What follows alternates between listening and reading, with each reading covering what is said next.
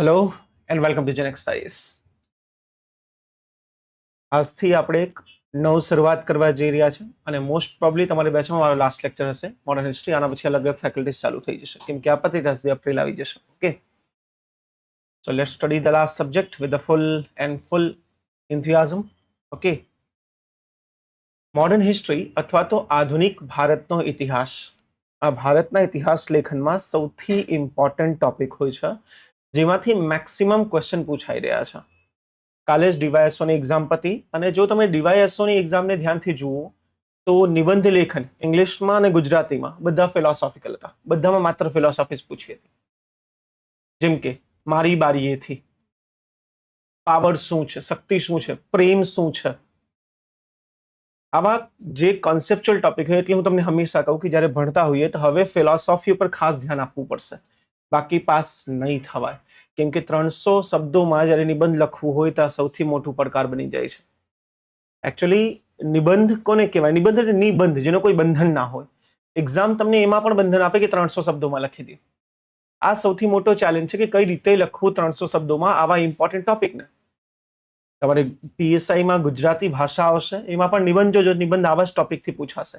એકદમ conceptual topic, detailed conceptual topic, જેમાં લખવામાં પેન નથી ઉચકતી કે હવે શું સ્ટાર્ટ કરીએ. અને આ નિબંધ ક્યાંથી આવશે? ઇવન જીપીએસસીમાં જે 250 માર્ક્સમાં નિબંધ પૂછાય છે એ નિબંધ બે વિષયથી આવે છે, એક પોલિટી અને બીજું મોડર્ન હિસ્ટ્રી. કેમ કે પોલિટી અને મોડર્ન હિસ્ટ્રી બંને કોન્સેપ્ચ્યુઅલ વિષયો છે જેમાંથી દુનિયાભરના કોન્સેપ્ટ નીકળતા હોય, એટલે નિબંધ હંમેશા ત્યાંથી જ પિક કરે છે એક્ઝામિનર. આ સબ્જેક્ટને સ્ટાર્ટ કરવા પહેલા આજનો પૂરો લેક્ચર આપણે આપીશું કે ઇતિહાસ લેખન કોને કહેવામાં આવે, ઇતિહાસમાં વિવિધ પ્રકારના વિચારો કયા કયા છે. કેમ કે ક્વેશ્ચન તો એ ભાગથી જ પૂછાશે કે વિચારો કયા છે અને કઈ રીતે લખાય, કોને શું કીધું છે. ડેમો માટે મારી પાસે તમારા માટે થોડાક પ્રશ્નો છે. જેમ કે આ પ્રશ્ન 2025 જીપીએસસી ક્લાસ 1-2 નો પ્રશ્ન છે. એક ફર્સ્ટ નંબર ક્વેશ્ચન જુઓ. We learn from history, sorry ગુજરાતીમાં છે, આપણે ઇતિહાસમાંથી બસ એટલું શીખ્યા છીએ કે આપણે ઇતિહાસમાંથી કશું શીખતા નથી. હવે ઇન્ટરેસ્ટિંગ વસ્તુ શું છે, આ તમારા કોઈ સિલેબસમાં તો છે નહીં, પણ ક્વેશ્ચન શું છે, આ વિધાન કોણે કહ્યું છે? હવે આવું તો દુનિયામાં કેટલા ફિલોસોફર છે જેના વિધાનો તમને યાદ રહેશે. આ મોડર્ન હિસ્ટ્રીનો ક્વેશ્ચન છે, બાય ધ વે. પોલિટી કે પોલિટિકલ સાયન્સનો ક્વેશ્ચન નથી.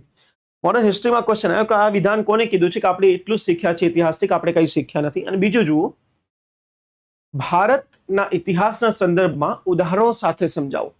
ભારતની હિસ્ટ્રી એના વિશે ઉદાહરણ સાથે સમજાવો કે આપણે ક્યાં ક્યાં કઈ શીખ્યા નથી. આ પહેલો ક્વેશ્ચન હતો જીપીએસસી ક્લાસ 1-2 નો મોડર્ન હિસ્ટ્રીથી, અને લગભગ 99.99% વિદ્યાર્થીઓને જીપીએસસી ફિલ્ડમાં ખબર નહોતી કે આ વિધાન કોનું છે. અને એમાં લખવું શું, બિચારા એ પણ કન્ફ્યુઝ થઈ ગયા કે આવું તો શું લખી આવીએ. સિમિલરલી આ જ પેપરમાં નેક્સ્ટ ક્વેશ્ચન જુઓ તમે. આ પેપરનો નેક્સ્ટ ક્વેશ્ચન અહીંયા છે, ક્વેશ્ચન નંબર 11, જે 15 માર્ક્સનો ક્વેશ્ચન હતો. Sorry, question number 12. આવતી પેઢીઓ માટે એ માનવું અઘરું બનશે કે માંસ રુધિરનો બનેલો આવો માણસ કદી આ ધરતી પર ચાલ્યો હતો. એક સ્ટેટમેન્ટ છે કે generations will not believe that ever a person with flesh and blood ever walked on this planet. ભારતના આઝાદીના જંગના પાયાના મૂલ્યાંકન સંદર્ભમાં વિધાનને મૂલવું. તમને લાગે છે કે ગાંધી મૂલ્યો આજે પ્રસ્તુત છે ક્યાં અને કઈ રીતે? આ સ્ટેટમેન્ટ ગાંધી વિશે છે. સર અલ્બર્ટ આઇન્સ્ટાઈને આ સ્ટેટમેન્ટ આપ્યું હતું કે ગાંધી જેવા કોઈ વ્યક્તિ ચાલશે એ વિશ્વાસ નહીં કર્યો છે. અહીંયા ફરીથી એક ફિલોસોફરનો સીધો સ્ટેટમેન્ટ નથી પૂછતા, પૂછી રહ્યા છે આ સ્ટેટમેન્ટના સંદર્ભમાં ચર્ચા કરો. એટલે હવે તમારી આન્સર રાઇટિંગ બી આ ફોર્મેટમાં રહેવી જોઈએ. ઓકે, આ બે પ્રશ્ન અને એના સિવાય પ્લેન્ટી ઓફ ક્વેશ્ચન મારી પાસે છે જે યુપીએસસીમાં વારંવાર પૂછાયા છે. એક પૂરી લિસ્ટ મારી પાસે પડી છે. પહેલા આપણે આ ટોપિકને ભણી લઈએ, પછી આ ટોપિક પર પાછા આવશું કે આનો આન્સર કઈ રીતે લખવું છે. બાય ધ વે, પહેલો સ્ટેટમેન્ટ છે એક પ્રખ્યાત પોલિટિકલ સાયન્સ એક્સપર્ટ હીગલને આઇડિયલિસ્ટિક થિંકર કહેવામાં આવે છે. વિચારવાદી છે, આઇડિયલિસ્ટિક થિંકર. અને હીગલનો સ્ટેટમેન્ટ આ હતું કે આપણે ઇતિહાસથી આ શીખ્યા છે કે ઇતિહાસથી કંઈ શીખ્યા નથી. હવે આવા ક્વેશ્ચન્સના આન્સર કરવા માટે એક એવી ડેપ્થવાળી નોલેજ, કેમ કે આ જ 2-5 એવા ક્વેશ્ચન હશે સર જે પૂરેપૂરા માર્ક્સને ચેન્જ કરી દેશે, જેને આવડતું હશે. કેમ કે પહેલો ક્વેશ્ચન હોય, ચેક કરવાનું ખબર પડે આને કેટલી નોલેજમાં ડેપ્થ છે. જેને આવડતું હશે એ લિસ્ટમાં હશે, જેને નહીં હોય લિસ્ટની બહાર જતું રહેશે. રાઈટ. તો આપણે જે બી ભણવા જઈ રહ્યા છે, લગભગ મને 45 થી 60 લેક્ચર જો છે મોડર્ન હિસ્ટ્રી માટે, એમાં એક એક ટોપિકને બહુ ડેપ્થમાં જઈને આપણે એના વિચારોને ટચ કરવું છે. ખાલી કયા વર્ષમાં થયું, કોને કર્યું, એને સ્ટડી ના કહેવાય બેટા. એ સ્ટડીનો થોડુંક ડિફરન્ટ પેટર્ન થઈ જાય. સીસી કે કોન્સ્ટેબલ જે એક્ઝામ આપતા હોય તો ચાલી જાય. એના સિવાય કોઈ પણ પેપરમાં હવે તમને પ્રશ્નો લેવલ આ જ હોય છે. ચેક કરવું તો કાલના ડીવાયએસઓના પેપર ચેક કરો, GS1, GS2, ગુજરાતી અને ઇંગ્લિશ, ચારે ચાર પેપર સારા કોન્સેપ્ટ બેઝ હતા. એકમાં એક ભી ક્વેશ્ચન ફેક્ચ્યુઅલ નહોતો. કેમ કે હવે પેપર એઆઈ બેઝડ નીકળી રહ્યું છે અને એઆઈ હંમેશા કોન્સેપ્ચ્યુઅલ પ્રશ્નો આપવાનો ટ્રાય કરે છે. જીપીએસસીની ફિલ્ડમાં વિદ્યાર્થીઓ માટે પાસ થવું હવે સૌથી મોટો ચેલેન્જ છે, કેમ કે તમે જ્યારે એક્ઝામ આપવા બેસો છો તમારી સાથે યુપીએસસીના એસ્પિરન્ટ પણ બેસે છે અને એ એક બહુ સારા લેવલની સ્ટડી કરીને આવે છે, એના ટીચરોને લીધે નહીં પરંતુ એના એટમોસ્ફિયરના લીધે. જે એટમોસ્ફિયર ક્યાંક ને ક્યાંક ગુજરાતમાં મિસિંગ છે. ગુજરાતમાં આજે પણ શિક્ષણની એક જ પદ્ધતિ છે, કયા વર્ષમાં થયું, શું થયું, કોને કર્યું, એટલે જ પાસ થતા નથી હવે. એટલે હવે જીપીએસસી તમે જો તો બધા જ યુપીએસસી એસ્પિરન્ટ પાસ કરી રહ્યા છે. જીપીએસસી કોર તો કોઈ પાસ જ નથી થતું. ગુજરાતી મીડિયમમાં રેન્ક બનાવી હોય એના તો વર્ષો થઈ ગયા છે. સિમ્પલ રીઝન, આપણે સ્ટડી વખતે પ્રાઇમરી ફોકસ ઓલા 1, 2 લાઇન 3 લાઇનના ક્વેશ્ચન પર કરીએ છીએ અને ક્વેશ્ચન આ પ્રકારના બની રહ્યા છે. આવા ક્વેશ્ચનને ડીલ કરવા માટે આજનો લેક્ચર બહુ શાંતિથી સમજજો. હું પહેલા લેક્ચરમાં મોડર્ન હિસ્ટ્રી નથી શરૂ કરતો. પહેલા આપણે આ સમજીએ કે ઇતિહાસ કોને કહેવાય, જે આ ક્વેશ્ચન્સ તમને એડ્રેસ કરી શકે છે, પ્લસ જે નિબંધના ક્વેશ્ચન્સ હતા આવડશે એવા ક્વેશ્ચન. ઓકે, ઇતિહાસ લેખન અથવા તો ભારતનો ઇતિહાસ લેખન, આમાં સૌથી મોટી પડકાર આપણી સામે આ છે સર કે ભારત પાસે પ્રાચીન સમયથી આપણે સુવ્યવસ્થિત ઇતિહાસ લેખન નથી ચાલુ કર્યું. આપણો ઇતિહાસ ધાર્મિક ચોપડીઓમાં ક્યાંક છુપાયેલું છે. આપણે ક્રોનોલોજીકલ ઓર્ડર ફોલો નથી કરતા. ક્રોનોલોજીકલ ઓર્ડર સમયાંતરને આપણે માનતા નથી. આપણું ક્યારે સુવ્યવસ્થિત ઇતિહાસ નહોતું. હવે આ માનીએ કે ના માનીએ પરંતુ આ સત્ય છે. કે પ્રોબ્લેમ ક્યાં આવે કે જ્યારે ભારતમાં અંગ્રેજો આવે છે અને ભારતમાં એમનો રૂલ ચાલુ થાય છે, વિશેષ કર 1764 પછી, બક્સરના યુદ્ધ પછી. તમારા નેક્સ્ટ લેક્ચરમાં આગળ આવશે બક્સરના યુદ્ધ કોને કહેવાય. બક્સરના યુદ્ધ પછી જ્યારે અંગ્રેજો વિજયી થઈ ગયા છે ભારતમાં, એમનું શાસન ધીરે ધીરે ફેલાઈ રહ્યા છે, એની સામે મોટી પડકાર શું હતી કે આ એક એક્સિડેન્ટલ વિક્ટરી હતી, ભૂલથી થયેલી એક જીત. અંગ્રેજો કંઈ પ્રયાસ કરીને જીત્યું એવું તો છે નહીં. ભારતની પરિસ્થિતિ એવી બની કે અંગ્રેજો જીતી ગયા, એટલે એમની પાસે ઇન્ડિયામાં એક વેલ એસ્ટાબ્લિશ સ્ટ્રક્ચર નથી શાસન કરવા માટે. અને ભારતમાં એ વખતે વધારે ખાસ જે બી કાયદાઓ ચાલી રહ્યા હતા એ ધાર્મિક કાયદાઓ હતા. મુગલ શાસન દરમિયાન જે ફોજદારી કાયદાઓ, ક્રિમિનલ જેને આપણે કહીએ, એના માટે સરિયા હતું અને સિવિલ માટે દરેક ધર્મના કાયદાઓ હતા. અંગ્રેજોને આ સમજ નહોતી પડતી. અને જ્યારે બ્રિટિશ ઇન્ડિયા આવ્યા તેમાંથી ઘણા બધા એવા વિચારકો હતા જે વિચારકોને ભારતના ઇતિહાસમાં ખૂબ જ રસ હતો. એની ઈચ્છા એવી હતી કે ભારતના ઇતિહાસને ડિટેલમાં સ્ટડી કરીએ, પણ પડકાર એવી કે ભારતનો એકચ્યુઅલી કોઈ ફોર્મલ હિસ્ટ્રી રાઇટિંગ તો હતી જ નહીં. તમે મને એક ઇતિહાસકાર કહી દો જે મધ્યકાલીન ભારત કે પ્રાચીન ભારતમાં હોય, કોઈ નથી. બુક્સ લખાતી પણ એ ઇતિહાસકાર નહોતા, બાયોગ્રાફીસ લખાતી હતી ઇન્ડિયામાં. અને અંગ્રેજોની જિજ્ઞાસા એકચ્યુઅલી થિયોરિટિકલ ટર્મ છે. રિયાલિટી આ હતી કે એમને ભારતનો સમાજ જાણવું હતું અને એમને જાણવું હતું આપણા કાયદાઓ, કે આ સમયે જો ભારતમાં શાસન કરવું છે તો કયા પ્રકારના કાયદાઓ ભારતો માની રહ્યા છે, એમની હિન્દુ કલ્ચર શું છે, મુસ્લિમ કલ્ચર શું છે, અને એની સાથે એ લોકોએ ભારતના ઇતિહાસને ચકાસવાનું શરૂ કર્યું. એમાં ક્લિયર? આ બિગિનિંગ જે કરી છે અંગ્રેજોએ ભારતમાં, એમાં સૌથી પહેલો એક વિચારકનો સમૂહ આવે છે જેને આપણે ઓરિએન્ટલિસ્ટ કહીએ છીએ. ઇતિહાસ અહીંયાથી શરૂ થશે, ઓરિએન્ટલિસ્ટ. રાઈટ? ઓરિએન્ટલિસ્ટ કોને કહેવામાં આવે છે બેટા? આ અંગ્રેજો છે જે ભારતના ઇતિહાસમાં રુચિ દેખાડી રહ્યા છે. આ ભારતના ઇતિહાસને નીચું નથી દેખાડતા. ઊંધું આ સંસ્કૃત, અરેબિક, ફારસી જેવી ભાષાઓ શીખે છે જેનાથી ભારતનો ઇતિહાસ સમજી શકે. અને એ પ્રથમ એવા રાઇટર હતા. આ મુખ્યતઃ તમને ક્યારે જોવા મળશે?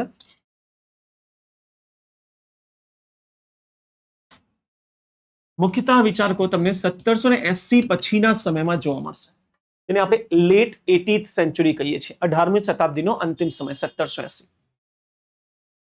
જેમ કે કુલબર્ગ કરીને એક વિચારક રહી ચૂક્યા છે, વિલિયમ કરીને એક વિચારક રહી ચૂક્યા છે. આ બધા વિચારકોએ ભારતને સૌથી પહેલા ઇતિહાસ ઉચકીને એની એક ડિટેલ સ્ટડી કરી. અને ઇન્ટરેસ્ટિંગ વસ્તુ છે કે અંગ્રેજોએ કંઈ કર્યું હોય કે ના કર્યું હોય, એને ભારતને ઇતિહાસ લેખન શીખવાડી દીધું છે. કઈ રીતે? ક્રોનોલોજી, સમયાંતર. ભારતના ઇતિહાસમાં આ મિસિંગ હતું. શું પછી શું થયું છે એવું ક્યાંય લખ્યું નહોતું. તો ક્રોનોલોજી આ લોકોએ આપી છે આપણને. ન્યુમિનોમેટિક્સ, સિક્કાઓની સ્ટડી, આ એમની દેન છે. રાઈટ? વોર એન્ડ ટ્રીટી, યુદ્ધ અને સંધિઓ, આ પણ અંગ્રેજોની ઓરિએન્ટલિસ્ટની દેન છે, જ્યાં ઓરિએન્ટલિસ્ટ ભારતના ઇતિહાસને સમજવા માટે આવી વસ્તુઓને ચેક કરે છે. ટ્રેડ, વ્યાપારને એ લોકો ચેક કરી રહ્યા છે. અને અહીંથી ભારતના ઇતિહાસ લેખનની શરૂઆત થાય છે. પ્રાથમિક ઓરિએન્ટલિસ્ટ હતા, જેમનો ઉદ્દેશ્ય ભારતને નીચું દેખાવું નહીં, પરંતુ ભારતના કલ્ચરને સમજવું હતું. કેમ કે એમને ભારતમાં શાસન કરવું છે. શાસન માટે કલ્ચર સમજશે તો જ ભારતીયોને સમજી શકશે. બાકી તો ભારતને ક્યાંથી સમજે, રૂલ કઈ રીતે કરે? તો ઓરિએન્ટલિસ્ટ સ્કૂલ બહુ વધારે ચાલ્યું નહીં ઇન્ડિયામાં. પછી આવે છે પ્રાથમિક એક સ્કૂલ, જેને આપણે કહીએ છીએ કોલોનિસ્ટ હિસ્ટોરિયન, સામ્રાજ્યવાદી ઇતિહાસકાર. આ નામ આપણા માટે બધા જ ઇમ્પોર્ટન્ટ છે, કેમ કે આજે જે પણ તમે ભણી રહ્યા છો એ એમની દેન છે. હે ને? તો ઓરિએન્ટલિસ્ટ તો એક સિમ્પલ કુલબર્ગ, આમાં એકાદ બે નામ તમને યાદ રહેશે તો બી ચાલી જશે. કુલબર્ગ કરીને એક થિંકર રહી ચૂક્યા છે, વિલિયમ કરીને એક થિંકર રહી ચૂક્યા છે. આ બધા વિચારકો ભારતના પ્રાથમિક ઇતિહાસકારો છે, જેને ઇતિહાસને એકચ્યુઅલી લખવાનું ચાલુ કર્યું છે ઇન્ડિયામાં. આના પહેલા તમે જુઓ તો મુગલ શાસન લખાયું છે, બાબર ઉપર બુક લખાય છે, બાબરનામા, પણ એ ઇતિહાસ નથી એકચ્યુઅલી, એ બાબરની ગૌરવ ગાથા છે. હે ને? આપણે જેટલા બી ઇતિહાસકારો લખી રહ્યા છે એ ગૌરવ ગાથાઓ લખી રહ્યા છે રાજાઓની. ઇતિહાસ લેખન ભારતમાં નથી, મિસિંગ હતું. આ લોકોએ શરૂઆત કરી છે. ઓકે, અને આમની જે બી ફાઇન્ડિંગ મળી છે, હવે થયું શું કે જ્યારે 19મી શતાબ્દી ચાલુ થાય છે, અંગ્રેજો ધીરે ધીરે પૂરા ભારત ઉપર શાસન કરી લે છે. પૂરી ભારત ઉપર કબજો કર્યા બાદ હવે મોટામાં મોટી પ્રોબ્લેમ અંગ્રેજો માટે આ છે કે ભારતીયો એના ઇતિહાસ, એના શાસનને સ્વીકાર તો કરવા જોઈએ. કોઈક બહારથી વ્યક્તિઓ આવી ગયા છે, એ તમારા ત્યાં 1000, 2000, લાખ, 2 લાખ આવીને તમને કહે છે હવે તમારા રાજા અમે છીએ. હિટ નહીં થાય, ઇન્ડિયન સ્વીકાર નહીં કરશે. હે ને? તો કંઈ પણ. અને બીજું શું છે, આ શોષણનો યુગ હતો, જેમાં અંગ્રેજોએ ભારતનો અતિશય શોષણ કર્યું છે એના લાભ માટે. તો આ શોષણને જસ્ટિફાઈ કરવું બી તો પડશે. ધારો કે તમારું કોઈ શોષણ કરી રહ્યું છે તો તમે એનો વિરોધ કરશો, પરંતુ જો એવું સમજાવવામાં આવે કે તમારું શોષણ નથી, તમારા ભલા માટે છે, તો તમે એનો વિરોધ ક્યારે નહીં કરો. અંગ્રેજોએ આ વિચારધારાથી ભારતમાં સામ્રાજ્યવાદી લેખનની શરૂઆત કરી, જેમાં ભારતના ઇતિહાસના પિતા તરીકે જેને ઓળખવામાં આવે છે જેમ્સ મિલ. જેમ્સ મિલ. આપણે દુર્ભાગ્ય છે સાહેબ જીપીએસસી ફિલ્ડમાં કે મોડર્ન હિસ્ટ્રી ભણી જાય છે, એ જ ખબર નથી શરૂઆત કોને કરી. જેમ્સ મિલ એ ઇતિહાસકાર છે. એકચ્યુઅલી આ ઇતિહાસકાર નથી, આ ઈસ્ટ ઇન્ડિયા કંપનીના બહુ મોટા અધિકારી હતા, ઈસ્ટ ઇન્ડિયા કંપનીના ઓફિસર હતા. અને આમને બુક લખી the history of British India. આની એક બુક હતી, ઇંગ્લિશમાં બુક હતી, the history of British India. અને એ બુકમાં એને ભારતના ઇતિહાસને એ રીતે પ્રસ્તુત કર્યું છે કે આપણને શરમ આવી જાય, કેમ કે એમને તો દેખાડું છે કે તમારો સમાજ બકવાસ છે. જેમ્સ મિલને કદાચ તમે બધા ઓળખો છો, મારા હિસાબે જે બી મેન્સ વાળા સ્ટુડન્ટ ઓળખતા હશે. કેમ છે જેમ્સ મિલ કોણ છે? સોરી, હાન્સ મિન્સપલ. યુટિલિટરિઝમ જોયું? આ મેન્સ વાળા છે, અમને નથી ખબર જેમ્સ મિલ કોણ છે. Never confuse James Mill with J.S. Mill. J.S. Mill, that is John Stuart Mill. એ અલગ છે. જેમ્સ સ્ટુઅર્ટ મિલ, જેમ્સ સ્ટુઅર્ટ મિલ અલગ છે અને જેમ્સ મિલ અલગ છે. હવે આજે જે કહી છે કોઈ ચોપડીમાં દુનિયાની નથી, ધ્યાનથી સમજજો. જ્હોન સ્ટુઅર્ટ મિલના ફાધર છે જેમ્સ મિલ. કોઈને નથી ખબર એમના વિશે. અમને તો તોય થોડુંક પોલિટિકલ સાયન્સની ફિલ્ડમાં જે ભણી રહ્યા છે, પોલિટી વિશે, એ ઉપયોગિતાવાદનો સિદ્ધાંત ભણે છે, એટલે એમને થોડુંક ઓળખતા હશે. બધા આમની સાથે કન્ફ્યુઝ થઈ જાય. જેમ્સ મિલ જ્હોન સ્ટુઅર્ટ મિલના ફાધર હતા. ઈસ્ટ ઇન્ડિયા કંપનીના સર્વોચ્ચ પદ પર બેસનાર અધિકારીઓમાંથી એક. ઇન્ટરેસ્ટિંગલી ક્યારે ભારત આવ્યા જ નથી. અને એનો ઇતિહાસ ભારતમાં સૌથી પ્રાથમિક ઇતિહાસ આપણે ભણી રહ્યા છીએ. જે વ્યક્તિ ભારતને ક્યારે જોયું નથી એ ભારત વિશે લખી રહ્યો છે, અને આપણે એનો જ ઇતિહાસ આજે એને ભારતના ઇતિહાસનો પિતા કહીએ છીએ. He never visited India. કહેવા માટે આ બંને બાપ દીકરા લિબરલ હતા, ઉદારવાદી. યુરોપમાં ઉદારવાદીનો સિદ્ધાંત આ જ લઈ આવ્યા. હું પહેલા જ કહું છું, આ lecture class 1 2 3 level, super class 3 લેવલની એક્ઝામ માટે છે. તો સીસી કોન્સ્ટેબલની જે બી તૈયારી કરતા હોય, લેક્ચર તમારા કોઈ કામનો નથી, કેમ કે આ એક ડિટેલ્ડ લેક્ચર છે, જેમ સારા અન્ડરસ્ટેન્ડિંગ માટે હોય. તો ઘણા છોકરાઓ જોઈન થઈ જાય, ખાલી મોજ માટે જોઈએ, તેનો કોઈ ફાયદો નથી. આ ખાલી ડેડિકેટેડ સ્ટુડન્ટ માટે છે, જેને સારું સ્ટડી કરવું હોય. કેમ કે હું લાંબી ચર્ચા કરીશ, એમાં કદાચ તમે બોર થઈ જાઓ કે આ શું ભણાઈ રહ્યા છો યાર, ઓલું કયો ને કે આ વર્ષે શું થયું. ઓકે, આ બંને ઉદારવાદી કહેવાય. ઉદારવાદી એટલે જે લોકશાહીનો સમર્થન કરે છે, જે વ્યક્તિગત સ્વતંત્રતા, લિબર્ટીનો સમર્થન કરે છે. પરંતુ હિપોક્રેસી જુઓ, આ બંનેનું માનવું છે કે યુરોપમાં લોકશાહી રહેવી જોઈએ, યુરોપમાં ઉદારવાદ આવવું જોઈએ, ભારતમાં નહીં. આ બંનેએ ભારતના ઇતિહાસમાં લખ્યું છે, ભારત એક બાર્બરિક સોસાયટી છે, ક્રૂડ સમાજ છે. અને એવા ક્રૂડ સમાજમાં લોકશાહી લાવશો તો એ નિરંકુશતાવાદ તરફ આગળ વધી જશે, ટાયરની બની જશે. એટલે ભારતને લોકશાહી નહીં આપો, જ્યાં યુરોપમાં રહે છે એને લોકશાહી આપો. તો હવે આ તો કેવા વિચારક થયા. અને આને પૂરી દુનિયામાં પોલિટિકલ સાયન્સમાં ભણવામાં આવે છે, ઉદારવાદીના જનક. આમનો ઉદારવાદ બી સિલેક્ટિવ ઉદારવાદ હતો, જે યુરોપ માટે છે, એના ગુલામ દેશો માટે નથી.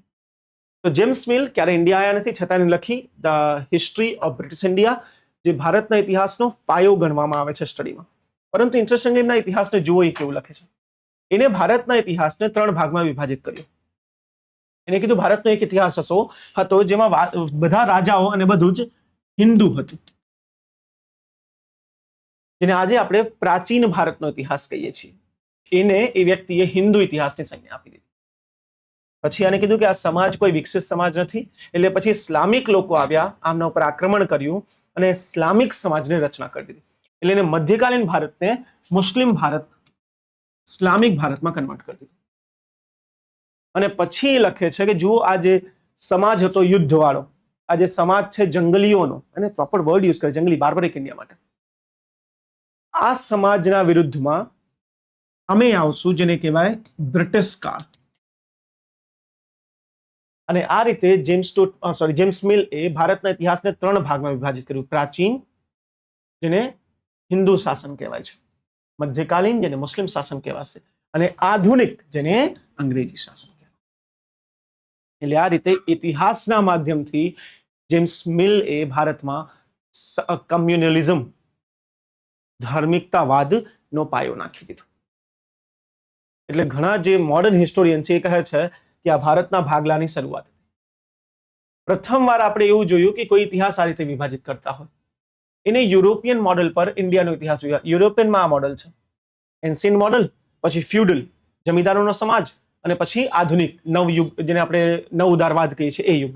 એને એ ભાગમાં ભારતને વિભાજિત કર્યું અને એને દેખાડ્યું કે હિન્દુ શાસકો કઈ રીતે નિરંકુશ હતા, કોઈ કલ્ચર નહોતો, કોઈ સોસાયટી નહોતી, અંધશ્રદ્ધા હતી. અંગ્રેજો કયા હદે ભારતને માનતા, હું તમને એક્ઝામ્પલ આપું. 1931 વસ્તી ગણતરીમાં જાતિ આધારિત વસ્તી ગણતરી થઈ. ક્લિયર? આજના ઘણા જ્ઞાનીઓ જાતિ આધારિત વસ્તી ગણતરી માંગે છે ને, રાહુલ ગાંધી જેવા. હા, એને ખબર જ નથી શું જાતિ. અંગ્રેજો જાતિ કઈ રીતે નક્કી કરી હતી તમને ખબર છે? ઓબીસી કોને કહેવાતું અંગ્રેજો પ્રમાણે? ઓબીસી. કેમ કે આજે બી આપણી પાસે ઓબીસી માટે જે માહિતી છે 1931 ની છે, એના પછી આપણે નથી કાઉન્ટ કર્યું. એનીવન, ઓબીસી માનવા માટે એમને ધારે કે એવા વ્યક્તિ જે અંધવિશ્વાસી હોય એને ઓબીસી કહેવાય. આ ક્રાઇટેરિયા જાતિનું હોય, અંધવિશ્વાસ, સુપરસ્ટિશિયસ. આ રીતે તો આપણા પ્રથમ રાષ્ટ્રપતિ અંધવિશ્વાસી હતા, તેને ઓબીસીમાં નાખો, છે કે નહીં? આ લોકો ભારતને આ નજરિયાથી જોતા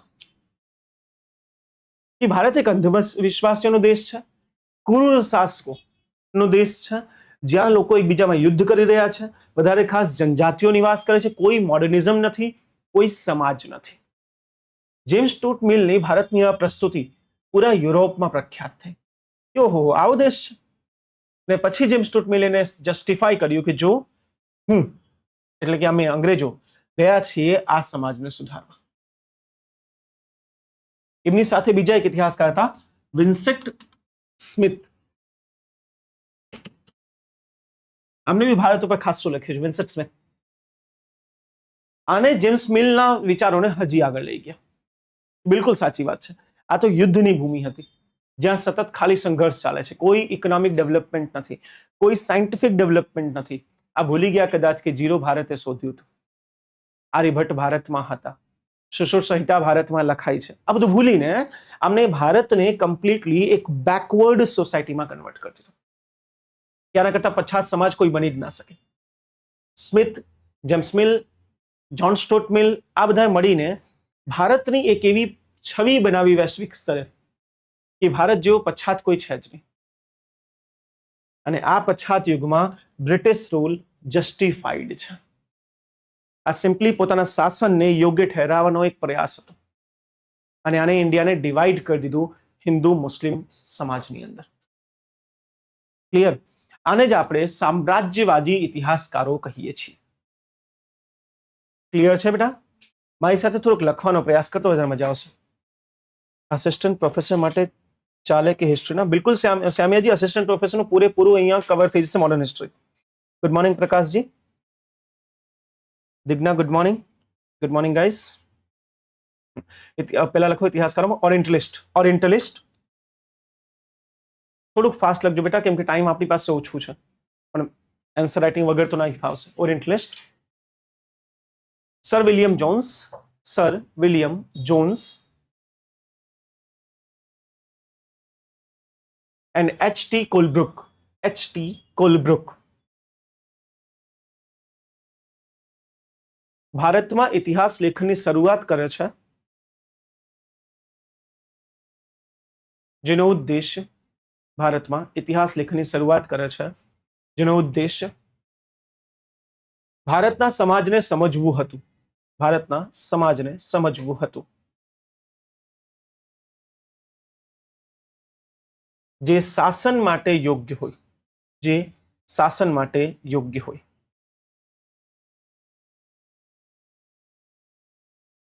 ઓકે, નેક્સ્ટ સામ્રાજ્યવાદી ઇતિહાસકારો. Colonial history. સામ્રાજ્યવાદી ઇતિહાસકારો. આમાં બહુ જ ઇમ્પોર્ટન્ટ નામ છે, James Mill, Vincent Smith etcetera. James Mill, Vincent Smith etcetera. જો વધારે નામ તમને યાદ નહીં રહેશે એટલે હું થોડાક જ લખાવું છું, જે એકચ્યુઅલી આન્સર રાઇટિંગ. આ નામના પર્પસ શું છે? જ્યારે તમે નિબંધ કે કન્ક્લુઝન લખી રહ્યા છો તો તમે આ નામ એડ કરીને લખશો ને તો વધારે બ્યુટીફુલી તમારો આન્સર પ્રેઝન્ટ થશે, હે ને? હવે સમજો આ લોકોનું કોર ફિલોસોફી શું હતી, આ તો મેં તમને એક્સપ્લેનેશન આપી છે. લખવામાં શું લખશો? લખવામાં સૌથી પહેલી વસ્તુ, આને ભારતના સમાજને કેવું દેખાડ્યું છે, તો અંગ્રેજીનો એક શબ્દ છે સ્ટેગ્નેશન, જેનું મને યોગ્ય ગુજરાતી ટ્રાન્સલેશન મળતું નથી. એની એક યોગ્ય ગુજરાતી ટ્રાન્સલેશન સ્થિરતાવાદ, કે બધી વસ્તુ સ્થિર થઈ ગઈ, સમાજમાં કોઈ વિકાસ થતો નથી. આ લોકોએ ભારતના સમાજને એક સ્ટેગ્નન્ટ સોસાયટી તરીકે દેખાડ્યો છે. ઓકે, તો એમને દેખાડ્યું કે ભારતનો સમાજ એક સ્ટેગ્નન્ટ સોસાયટી છે. તમે સ્થિર લખશો તો પણ ચાલશે. ભારતનો સમાજ એક સ્થિર સમાજ છે, સ્ટેગ્નન્ટ સોસાયટી છે.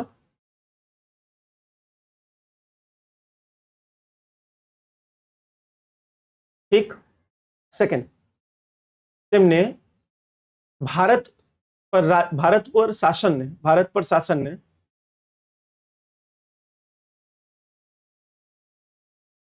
સિવિલાઇઝેશનની પ્રક્રિયા કહે છે. સિવિલાઇઝેશનની પ્રક્રિયા કહે છે. આ લોકો પ્રમાણે અંગ્રેજો એટલે શાસન કરે છે આપણા પર કેમ કે આપણને સુધારવા માંગે છે, જે આપણે જંગલી છીએ.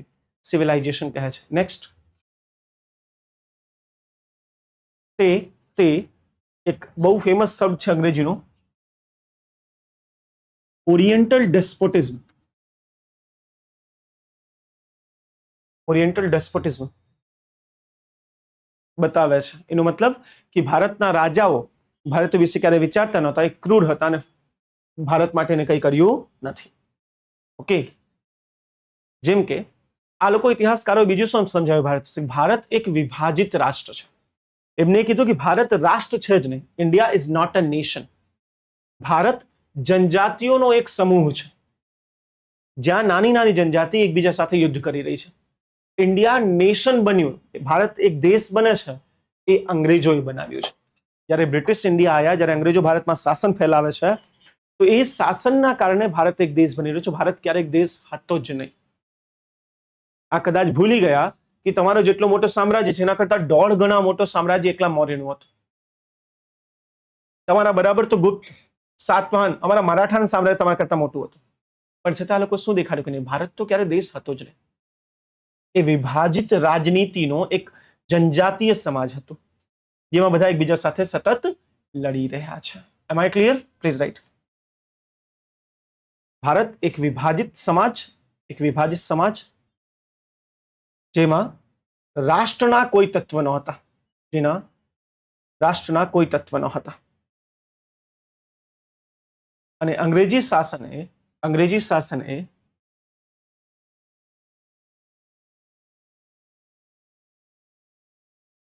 તે રાષ્ટ્રની રચના કરી છે. ઓકે, હવે આની હિસ્ટ્રીની બીજી એક ખાસિયત શું હતી? આના ઇતિહાસમાં ગવર્નર જનરલ સેન્ટ્રિક ઇતિહાસ દેખાડે છે. ગવર્નર જનરલ આવીને ઇન્ડિયા માટે શું શું કરી રહ્યા છે.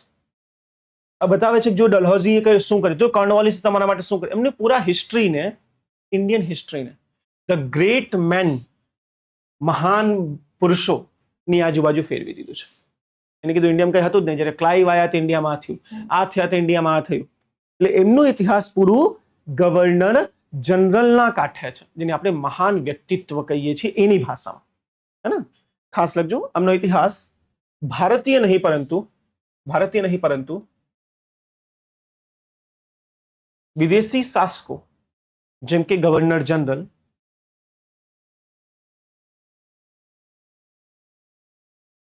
ના સમર્થનથી થયું છે.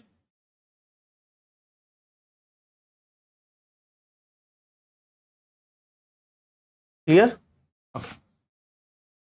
આ હતું સામ્રાજ્યવાદી ઇતિહાસ લેખન.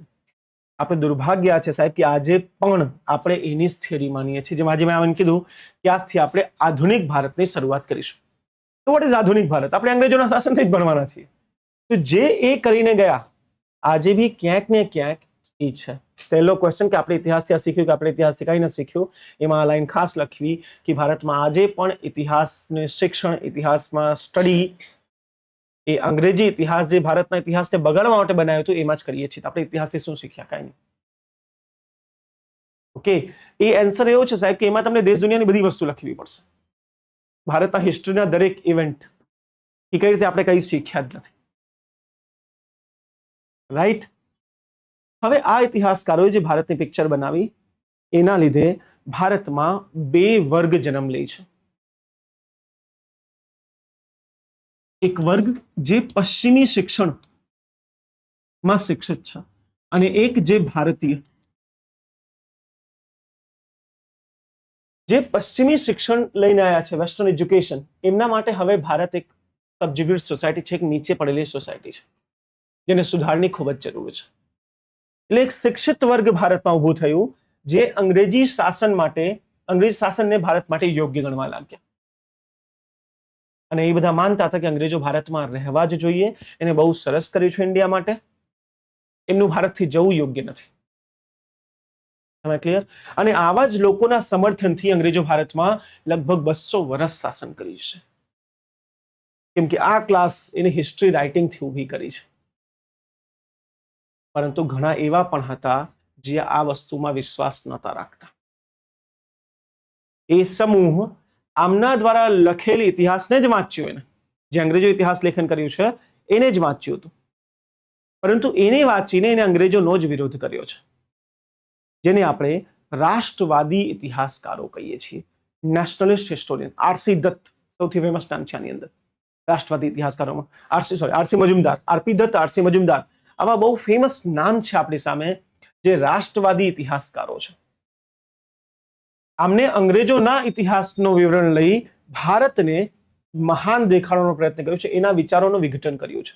દાખલા તરીકે જ્યારે અંગ્રેજોએ કીધું કે ભારત ક્યારે રાષ્ટ્ર નહોતો, તો આ લોકો પ્રાચીન ભારતમાં ગયા, પ્રાચીન ભારતને શોધ્યું, મધ્યકાલીન ભારતને શોધ્યું અને બતાવ્યું કે જો મૌર્ય સામ્રાજ્ય, જો ગુપ્ત સામ્રાજ્ય, મુઘલ સામ્રાજ્ય, તમે કઈ રીતે કહી શકો છો કે ઇન્ડિયા ક્યારે એક દેશ નહોતો. ઇવન તમારા કરતા પણ વધારે કેન્દ્રીયકૃત શાસન આ સામ્રાજ્યોમાં તો સેન્ટ્રલાઇઝ્ડ પાવર હતી. એમને એક બહુ સરસ ડાયલોગ આપ્યો છે જે મને ખાસું ગમે છે, આરસી મજુમદારનું છે, કાયદાનું શાસન. કાયદાનું શાસન. એમને કીધું જુઓ, તમે જે કહી રહ્યા છો ભારતમાં નિરંકુશ રાજાઓ હતા. યુરોપની અંદર રાજ્યની પરિકલ્પના, સ્ટેટ એટલે કે દેશ રહેવું જોઈએ, પરિકલ્પના ખૂબ જ લેટ આવી છે, રોમન સામ્રાજ્યથી આવી છે. એના કરતા લગભગ 1000 વર્ષ પહેલા ઇન્ડિયામાં મૌર્ય સામ્રાજ્ય હતું અને મૌર્ય સામ્રાજ્યના રાજા અશોક એક સિદ્ધાંત માનતા જેને કહેવાય છે ધમ્મ. ધમ્મનો સિદ્ધાંત. ક્લિયર? વોટ વોઝ ધમ્મ? જ્યાં રાજા કહે છે કે રાજા નિરંકુશ નથી, રાજાને પણ નિયમો માનવા પડશે. જ્યાં એક બાજુ યુરોપમાં એરિસ્ટોટલ અને પ્લેટો પ્રૂવ કરવા પાછળ પડ્યા છે કે રાજા જ અંતિમ સત્તા છે, રાજા જ અંતિમ સત્તા છે, ત્યાં ભારતનો એ રાજા જે ઓલરેડી બહુ ઉપર પહોંચી ગયો છે, એ રાજા કહે છે ના, હું અંતિમ સત્તા નથી, હું પોતે ધર્મના સિદ્ધાંતોથી બંધાયો છું. અશોક જેવા રાજાએ એ પ્રૂવ કર્યું છે કે રાજા અંતિમ સત્તા નથી, ઇવન રાજા પણ કાયદાઓ હેઠળ આવે છે. Are you guys getting my point? અશોકના તમે સ્તંભોને વાંચો, તમને ખબર પડશે કે અશોક પોતાના માટે બી નિયમો બનાવી રહ્યા છે કે રાજા પણ આ ના કરી શકે. રાજા ધર્મના માર્ગે ચાલવું જોઈએ. તો ધર્મ રાજા માટે બી નિયમ થઈ ગયું. જરૂરી નથી કે નિયમ હંમેશા કોઈ કોન્સ્ટિટ્યુશન કે બંધારણથી આવે, નિયમ રિલિજિયસ બુક્સથી પણ આવી શકે છે. એમ રાઈટ ઓર રોંગ? એટલે અમે પ્રૂવ કર્યું કે અમારા ત્યાં કાયદાનો શાસન, અમારા ત્યાં વ્યક્તિગત સ્વતંત્રતા તમારા કરતા બહુ પહેલા હતી. જ્યારે યુરોપમાં રાજ્યનો સિદ્ધાંત નહોતો ત્યારે અમારા ત્યાં મૌર્ય શાસન ચાલી રહ્યા હતા. જ્યારે તમારા ત્યાં ક્રિશ્ચિયાનિટી સિવાય કોઈ ધર્મ ઉપર ના આવી શકે, ત્યારે અમારા ત્યાં જ્યાં 99% હિન્દુ હતા ત્યાં 1% બૌદ્ધ અને જૈન એ જ હિન્દુનો વિરોધ કરીને આરામથી આગળ આવી ગયા. તો જો અમારો સમાજ બાર્બરિક હોત, અમારો સમાજ યુદ્ધ પ્રિય હોત, તો અમે બૌદ્ધ અને જૈનની આગળ જ ના આવવા દેતા. 99% લોકો મળીને માન નાખતા, જે યુરોપમાં થાય. ઈસા મસીહને કેમ લટકાવી દેવામાં આવ્યું? ભારતનો એક કિસ્સો કયો જ્યારે કોઈ ભગવાનને લટકાયું હોય? નહીં. અમારો સમાજ ક્યાં બાર્બરિક છે? અમારો સમાજ સહિષ્ણુ છે, ટોલરન્ટ છે. અને આપણા રાષ્ટ્રવાદી ઇતિહાસકારોએ આ પ્રૂવ કર્યું કે ભારતમાં કાયદાનું શાસન હતું. એમાં આપણે અશોકના ધમ્મનો સિદ્ધાંત આપશું. અહીં સહિષ્ણુતા હતી, ટોલરન્સ હતું. ભારતનો સમાજ ટોલરન્ટ હતો, રાઈટ? અને આટલું જ નહીં, આપણા રાષ્ટ્રવાદી ઇતિહાસકારે કીધું તમે કેમ કહી રહ્યા છો ભારત એક વિભાજિત રાજ્ય હતો? ભારતમાં વિશાળ સામ્રાજ્યો હતા.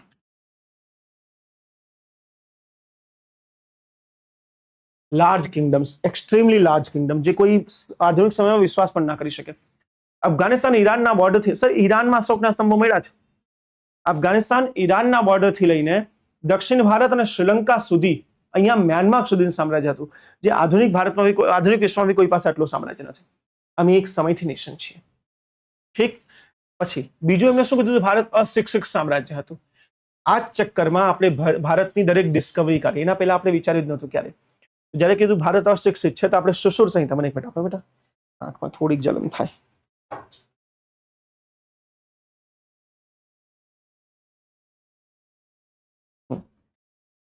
તો આપણે સુસુર સંહિતા લઈ આવ્યા. સુસુર સંહિતા કોને કહેવાય? મેડિસિનની દવા.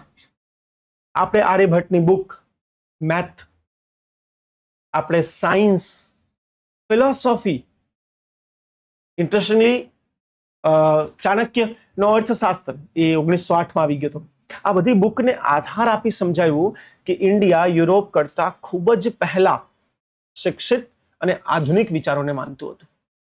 આજે તમે જ્યારે પ્રાચીન ભારત ભણો છો, તો પ્રાચીન ભારતમાં સિલેબસમાં આપ્યું છે તમારા ભારતનો દર્શન શાસ્ત્ર, સાંખ્ય દર્શન, યોગ દર્શન, મીમાંસા દર્શન, દેન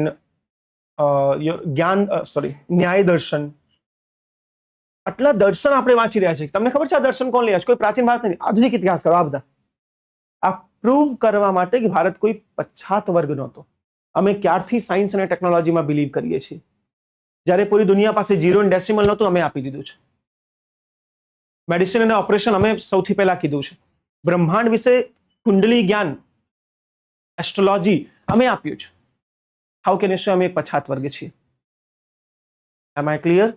આ રીતે આ લોકોએ, રાષ્ટ્રવાદી ઇતિહાસકારોએ ખૂબ જ પ્રયાસ કરીને ભારતની એક પોઝિટિવ છબી ઊભી કરી. અને જે રીતે અંગ્રેજોએ પોતાના શાસનને લેજિટિમેટ કરવા માટે એવું કીધું કે પૂરું પ્રાચીન ભારત કચરો છે, પૂરું મધ્યકાલીન ભારત કચરો છે, આ ઇતિહાસકારોએ કીધું કે જો પ્રાચીન ભારતમાં જ હતું ગુપ્તકાળ. ગુપ્તકાળ scientific discovery, art and culture, temple architecture, મંદિર વાસ્તુકલા, ઇન્ફ્રાસ્ટ્રક્ચર, બધી વસ્તુનો વિકાસ થયો છે આ કાળમાં. એટલે આ કાળને રાષ્ટ્રવાદી ઇતિહાસકારોએ સ્વર્ણ યુગ તરીકે રિપ્રેઝેન્ટ કરી દીધું. એમને કીધું કે અંગ્રેજો અમારે ત્યાં સ્વર્ણ યુગ નથી લઈ આવ્યા, કોણ લઈ આવ્યું છે? ગુપ્તકાળ. મને એક વસ્તુ કહો, આના કરતા વધારે આજ સુધી જીપીએસસીમાં કોઈ ક્વેશ્ચન પૂછાયો છે? સૌથી હાઈએસ્ટ નંબર ઓફ ટાઈમ કે પૂછાત એક જ પૂછાયું છે કે ભારતના ગુપ્તકાળને સ્વર્ણયુગ માનવામાં આવે છે. આ વિધાનની વિવેચનાત્મક વિવરણ કરો, ક્રિટિકલી એનાલાઇઝ કરો. Same to same question Gujarat માટે પૂછા. ગુજરાતમાં સોલંકી કાળને આપણે સ્વર્ણયુગ કહીએ છીએ, એનું વિવેચનાત્મક વિવરણ કરો. આ વિદ્યાર્થીને ક્યારે સમજ પડશે કે સ્વર્ણયુગ છે કે નહીં? ઇન્ટ્રોમાં એ લખશે કે ભારતના રાષ્ટ્રવાદી ઇતિહાસકારોએ સામ્રાજ્યવાદી ઇતિહાસકારોનો વિરોધ કરવા ભારતના ઇતિહાસ લેખનને પુનઃ લેખિત કર્યું છે અથવા તો પુનઃ સંશોધિત કર્યું છે અને ત્યાં ગુપ્તકાળને સ્વર્ણયુગ માનવામાં આવ્યું છે. આ પરફેક્ટ ઇન્ટ્રો હોય. કેમ કે જ્યારે તમે કહી રહ્યા છો કોઈ વસ્તુ સ્વર્ણયુગ છે તો તમે એક પાસો કહી રહ્યા છો, એનું એક પૂરું પાસો તમે છુપાવી લીધો છે. એમાં ખામીઓ. રાષ્ટ્રવાદી ઇતિહાસકારોની આજ એક ભૂલ રહી ગઈ. અંગ્રેજોનો વિરોધ કરતા કરતા એને ભારતના સમાજને એક્સ્ટ્રા ગ્લોરીફાઈ કરી દીધું કે ભારતના સમાજમાં કઈ ખરાબી છે જ નહીં. એને જાતિ પ્રથાને ઇગ્નોર કર્યું, સામાજિક અને ધાર્મિક કુરીતિઓને ઇગ્નોર કરી દીધું, વિભાજિત ભારત અને ફ્યુડલિઝમ એને ઇગ્નોર કરી દીધું, ઇન્ટરનલ રાઇવલરી આંતરિક જે વિરોધ છે એને ઇગ્નોર કરી દીધું. આ ઇતિહાસકારો નો ડાઉટ ભારતની એક નવી છબી પ્રસ્તુત કરી, જે છબી અંગ્રેજો ખતમ કરવા માંગતા હતા એના વિરોધમાં, કે ભારત જેવું તમે દેખાડી રહ્યા છો એવું નથી. પણ પ્રોબ્લેમ આ થઈ જેવું અમને દેખાડ્યું ભારત પૂરો એવું પણ નથી. કેમ કે એમના કહેવા પ્રમાણે તો ભારત એક બહુ ખતરનાક દેશ રહેવો જોઈએ, જેમાં કોઈ ખરાબીઓ ના રહેવી જોઈએ. જો ગુપ્તકાળ સુવર્ણકાળ છે તો તમને એક પ્રશ્ન પૂછું કે ભારતમાં રોમન વ્યાપાર કયા કાળમાં ઘટી ગયો છે? વિદેશી વ્યાપાર તમે કહેશો ગુપ્તકાળમાં ઘટી ગયો છે. हाँ बेटा, हाँ बेटा, अरे कैसे बेटा? बढ़िया बच्चा, लेक्चर में कुछ अर्जेंट नहीं है ना? कभी भी कर ले बेटा, बस लेक्चर खत्म हो जाए 11 बजे. आज सालों बाद तो तेरा फोन आया. हाँ ठीक है बेटा, नो इशू. हाँ कि मराठी कोई और तुम्हारे में किसी बैच में था कि मराठी नहीं ना? ओ 2018 स्टूडेंट, 8 साल बाद तैयारी करना होगा. આપણે તો ફિલ્ડની પ્રોબ્લેમ આ જાય છે. 7-8 વર્ષ પછી આંખ ખોલે. પ્રાઇવેટમાં જઈએ, એક જિંદગી બગાડ નાખી, પછી ખ્યાલ આવે કે યાર આ તો બેકાર હતું, સરકારી નોકરી સારી હતી. ચલો નો ઇશ્યુ. શ્રદ્ધા Solanki, good morning Shraddha. Nisha Vajra, good morning. અહીંયા શ્રદ્ધા મેડમ હારી ગયો. અચ્છા પણ આ મેડમની આડી છે ને? હા મેડમને જ છે. ઓકે ચાલો, તો આપણે આ સમજ્યા કે ગુપ્તકાળ કે કોઈ બી કાળ, જ્યારે આપણે એમ કહીએ કે બધું બહુ સારું છે, બહુ સારું છે, એ સમયે ખરાબીઓને ભૂલી જતા હોઈએ. અને એક્ઝેક્ટલી આ જ ભૂલ આમાં કરી છે મોડર્ન ઇતિહાસકારો. એટલે આમના ઇતિહાસ લેખનથી એક પ્રોબ્લેમ થઈ કે ભારતની કુરીતિઓ જસ્ટિફાઈ થઈ ગઈ.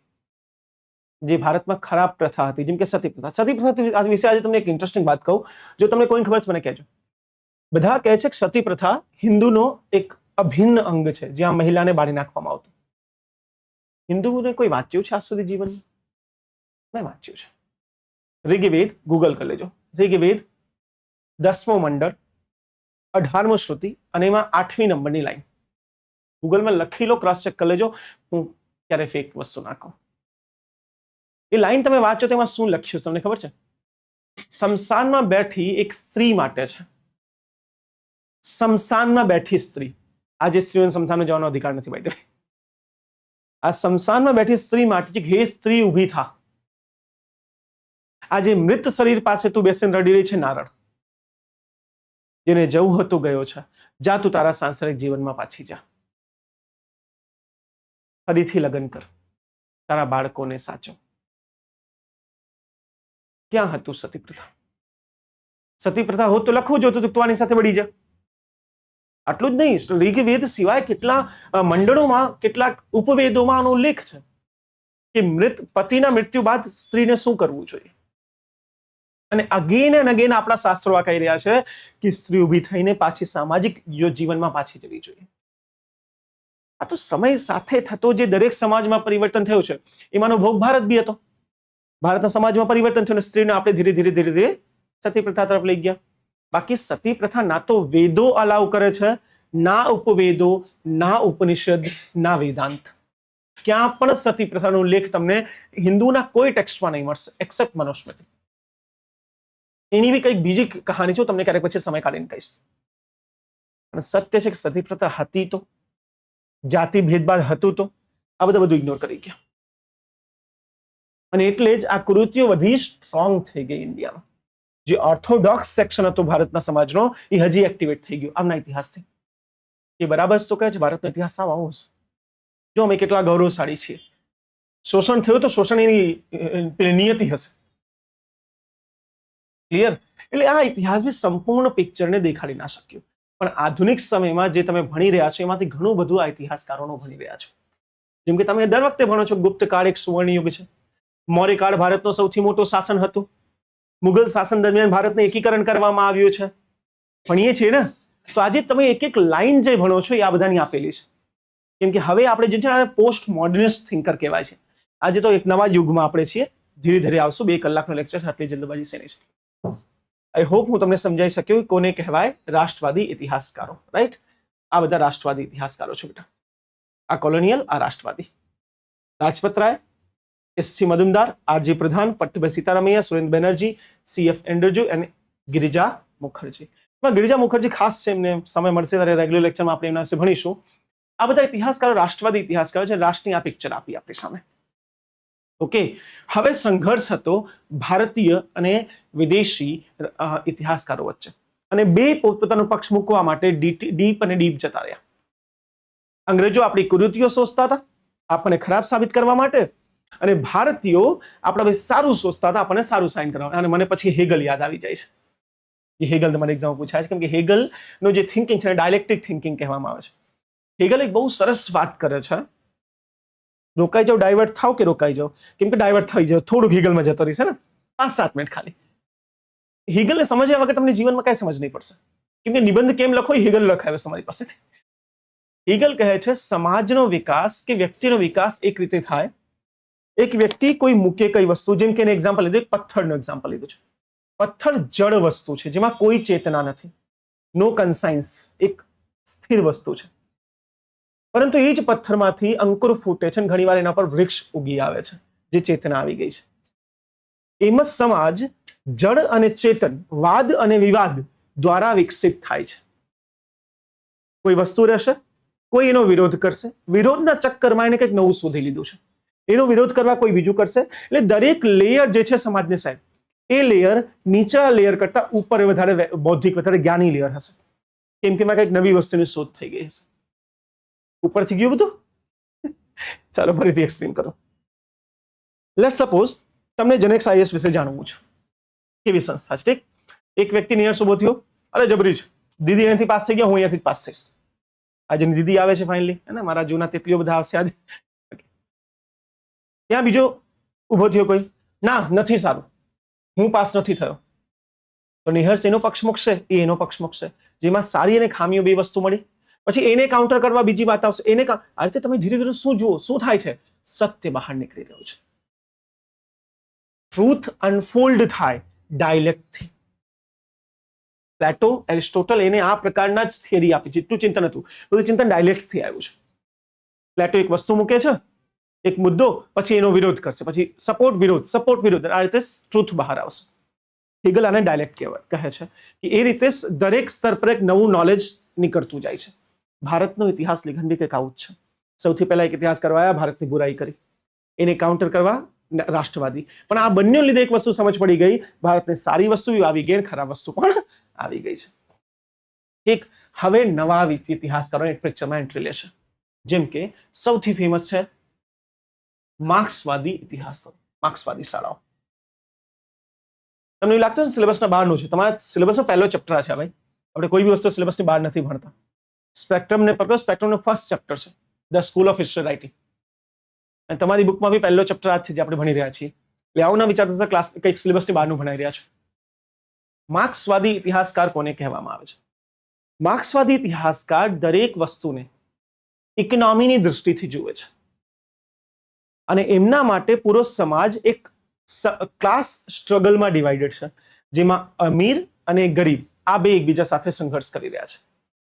એ દેખાડે છે કે અમીરો મૂડીવાદીઓએ હંમેશા ગરીબોનું શોષણ કર્યું છે, અને વિશ્વમાં જે થાય છે જાતિ ધર્મના લીધે નથી થતું, પૈસાના લીધે થાય છે. જેમ કે એક ઇન્ટરેસ્ટિંગ એમનો એક્ઝામ્પલ આપું, તમને વધારે આઈડિયા આવશે.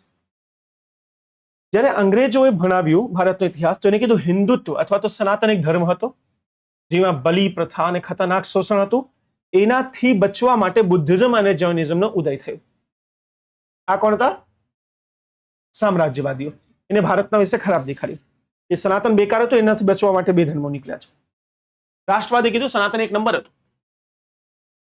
તો કોઈક અલગ પોતાનું ધર્મ બનાવવા માંગે છે, કન્વર્ટ કરાવે છે, તો અમે કરવા દીધું. ક્રિશ્ચનો કરવા દેશે?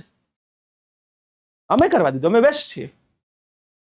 માર્ક્સવાદી આ વસ્તુની એકદમ અલગ એંગલ આપશે. માર્ક્સવાદી કહેશે જુઓ પ્રોબ્લેમ એકચ્યુઅલી ક્યાં હતી. સનાતન ધર્મમાં બલિ પ્રથા વધી રહી હતી. એને પૂરા ડેટા બી આપ્યા છે. બલિના લીધે ભેંસ, ગાય, બેલ, બળદ જેને આપણે કહીએ, આ બધાની સંખ્યા ઘટી ગઈ. આ બધા કૃષિ માટે મૂળભૂત હતા, એના વગર એગ્રીકલ્ચર ના થઈ શકે એ જમાનામાં. તો કૃષિ નબળી પડી રહી હતી. દાન વધારે આપવાથી ઇકોનોમી ડેમેજ થઈ રહી હતી.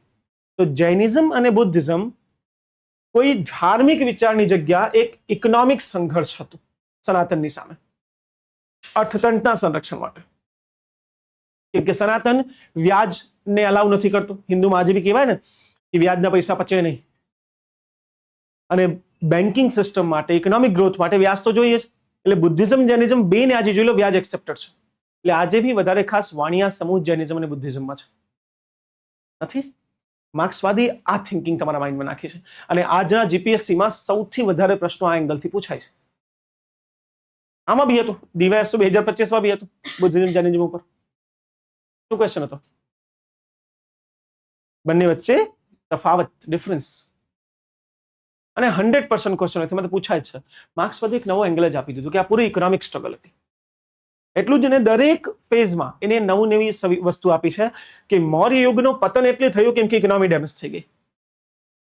ગુપ્ત યુગ કેમ મૌર્ય જેવો ના બન્યો? કેમ કે ગુપ્ત યુગમાં વિદેશી વ્યાપાર નબળું પડી ગયું હતું. વિદેશી વ્યાપાર નબળું પડવાથી કૃષિ ઉપર વધારે ભાર આવ્યો. એ રીતે પૂરા ભારતના ઇતિહાસને ઇકોનોમીના દૃષ્ટિથી જોયું, સમૂહના સંઘર્ષના દૃષ્ટિથી જોયું. ઉચ્ચ વર્ગ, નિમ્ન વર્ગ નહીં, પરંતુ સંપન્ન અને ગરીબ વર્ગ. એટલે જ માર્ક્સવાદી ઇતિહાસકારો ભારતમાં ખૂબ જ ક્રિટિસાઇઝ કરવામાં આવે છે.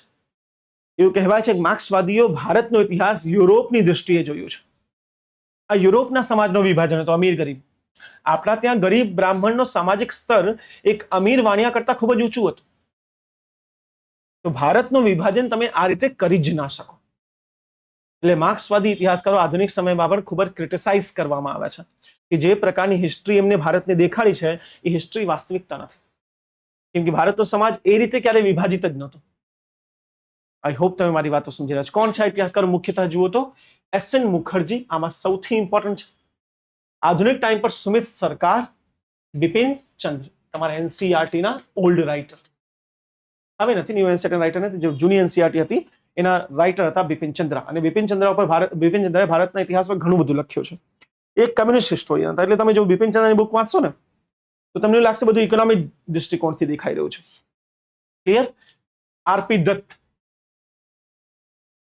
જેમ કે એમને આ એક સ્ટેટમેન્ટ તેના આવશ્યક પાત્ર અને પ્રબળ નેતૃત્વમાં જૂના રૂઢિચુસ્ત અને સામંતશાહી દળો અને પરિવાર શાસનનો બળવો હતો સિમ્પલ આ તમને એક સ્ટેટમેન્ટ આપી દેશે કે શેકો આ સ્ટેટમેન્ટ કોનું છે પ્રિલિમ્સ આ વર્ષે બી હતું ને પ્રિલિમ્સમાં સેમ સ્ટેટમેન્ટ આલ્બર્ટ આઇન્સ્ટાઈન નું તો હતું ભારત વિશે આ જે બળવો થયો છે 1857 નો એના વિશે આલ્બર્ટ આઇન્સ્ટાઈન નો સ્ટેટમેન્ટ હતો કે આ વિધાન કોને કીધું છે એ રીતે આ કહે છે કે 1897 વિશે કોને કીધું છે તો આ આરપી દત્તનો છે જે બધી વસ્તુની ઇકોનોમી દ્રષ્ટિકોણથી જોશે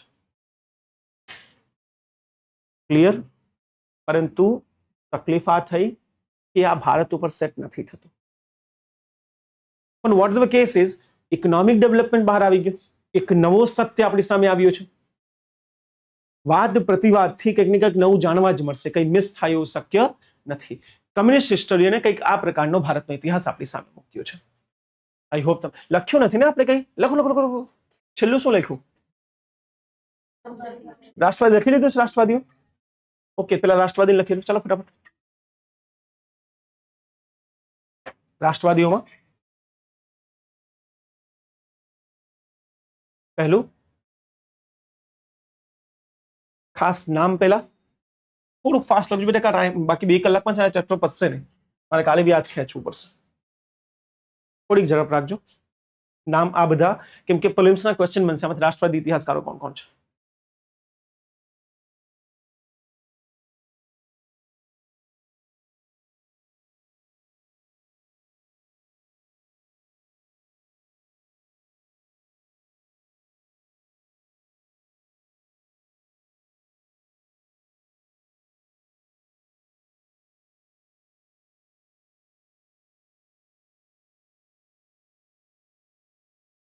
થોડુંક ફાસ્ટ લખજો ભાઈ નામ લખવામાં કેટલી વાર લાગે 2-3 લખી લો તો બી ચાલશે એક્ઝામ્પલ તરીકે જ આપવું છું તમારે એના કરતા વધારે કાંઈ નહીં ચાલો હવે સમજવાનો પ્રયત્ન કરો આપણે જે ભણ્યા હતા કે તમારા એન્શિયન્ટ હિસ્ટ્રીનો સિલેબસ શું છે એન્શિયન્ટ હિસ્ટ્રીનો સિલેબસ સિંધુ ખીણની સભ્યતા જે શું બતાવે છે ભારતના પ્રાચીન સભ્યતાઓમાં સૌથી મહાન સભ્યતા રાષ્ટ્રવાદી ઇતિહાસકારો પછી વૈદિક રાષ્ટ્રવાદી ઇતિહાસકારો મૌર્ય રાષ્ટ્રવાદી સમજી ગયા ને એમને સૌથી પહેલું આર્ગ્યુમેન્ટ શું આપ્યું છે કે ભારત કોઈ વિભાજિત રાજ્ય નહીં પરંતુ એક સામ્રાજ્ય હતું જેને નામ આપ્યું ચક્રવર્તી રાઈટ લખો પહેલું ભારત વિભાજિત રાજ્ય નહીં પરંતુ ચક્રવર્તી સામ્રાજ્ય હતું ચક્રવર્તી સામ્રાજ્ય હતું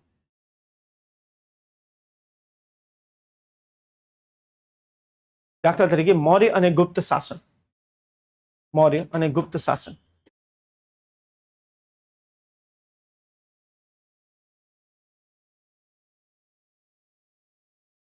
ઠીક છે મને એના કરતા એક જબરજસ્ત બુક મેં વાંચી છે આજથી લગભગ 3-4 વર્ષ પહેલા મને સમય મળી ગયો તો થોડું પૂરી તો ના વંચાય 50% પતી છે પણ એમાં ઘણી બધી ઇન્ટરેસ્ટિંગ વસ્તુ હતી એ બુક હતી હિન્દુ પોલિટી બહુ જ ઇન્ટરેસ્ટિંગ બુક છે હિન્દુ પોલિટી કેપી જયસ્વાલના રાઇટર છે કેપી જયસ્વાલ પ્રાચીન ભારતની સમજણ મેં આમના કરતા વધારે કોઈ પાસે નથી જોઈ કેપી જયસ્વાલ કરતા શું ગજબનું લખ્યું છે આ વ્યક્તિ ભારત વિશે આને રાષ્ટ્રવાદી ઇતિહાસકાર લખો કેપી જયસ્વાલના ધ હિન્દુ પોલિટી પ્રમાણે હવે જો જેને પ્રાચીન ભારત વાંચ્યું છે ને કાદર એને બધું આજે લિંક થઈ જશે તમે કેમ આ વાંચી રહ્યા હતા હિન્દુ પોલિટી પ્રમાણે હવે સમજાવો એક મિનિટ પછી ધ્યાન રાખો અંગ્રેજો ભારતમાં શું કહે છે લોકશાહીનો વિચાર અમે લઈ આવ્યા છીએ તમે તો હંમેશાથી રાજાશાહી અને બી નિરંકુશ રાજાઓને હેઠળ હતા ધ હિન્દુ પોલિટીમાં કેપી જયસ્વાલ કહે છે કે સાહેબ સાંભળો આજથી વધારે નહીં 2500 વર્ષ પહેલા ભારતમાં મહાજનપદો હતા અને એ મહાજનપદથી એક મૌર્ય બન્યું હતું આ મહાજનપદમાં કેટલાક મહાજનપદ રિપબ્લિક હતા ડેમોક્રેટિક હતા આપણે વૈશાલી વિશે ભણીએ છીએ હા ગણ આપણે ભણીએ ને એ તમે કેમ ભણો રાષ્ટ્રવાદી ભણાયું છે આમાં થોડી ભણો છો કેપી જયસ્વાલની બુકમાં હતું ત્યાંથી આજે તમારી બુકમાં આવી ગયું છે આપણે ભણીએ કે મહાજનપદમાં ગણ હતું ત્યાં લોકશાહી હતી લોકો ભાગીદારી આપતા મહાજનપદની વાત કરું છું આજથી 2500 વર્ષ પહેલા જ્યારે યુરોપમાં રાજા કોને કેવા એ નહોતી ખબર ત્યારે આપણી પાસે મહાજનપદો હતા એને કીધું સાહેબ લોકશાહી તમે ન શીખવાડી લોકશાહી અમારા બ્લડમાં હતી અમારા વંશજો પાસે હતી. આમાં લખજો ખાસ, તેમને તેમને મહાજનપદ શાસન દરમિયાન ગણ બ્રેકેટમાં રિપબ્લિક નો વિચાર આપ્યો.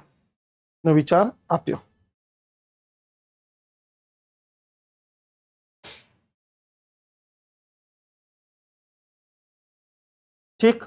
સેકન્ડ,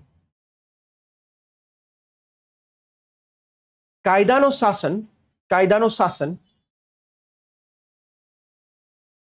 અશોકના ધમ્મમાં પ્રતિબિંબિત છે. અશોકના ધમ્મમાં પ્રતિબિંબિત છે. એ પશ્ચિમી વિચાર નથી.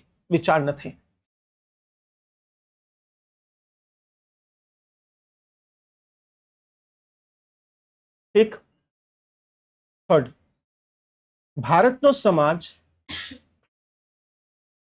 એક વૈવિધતાપૂર્ણ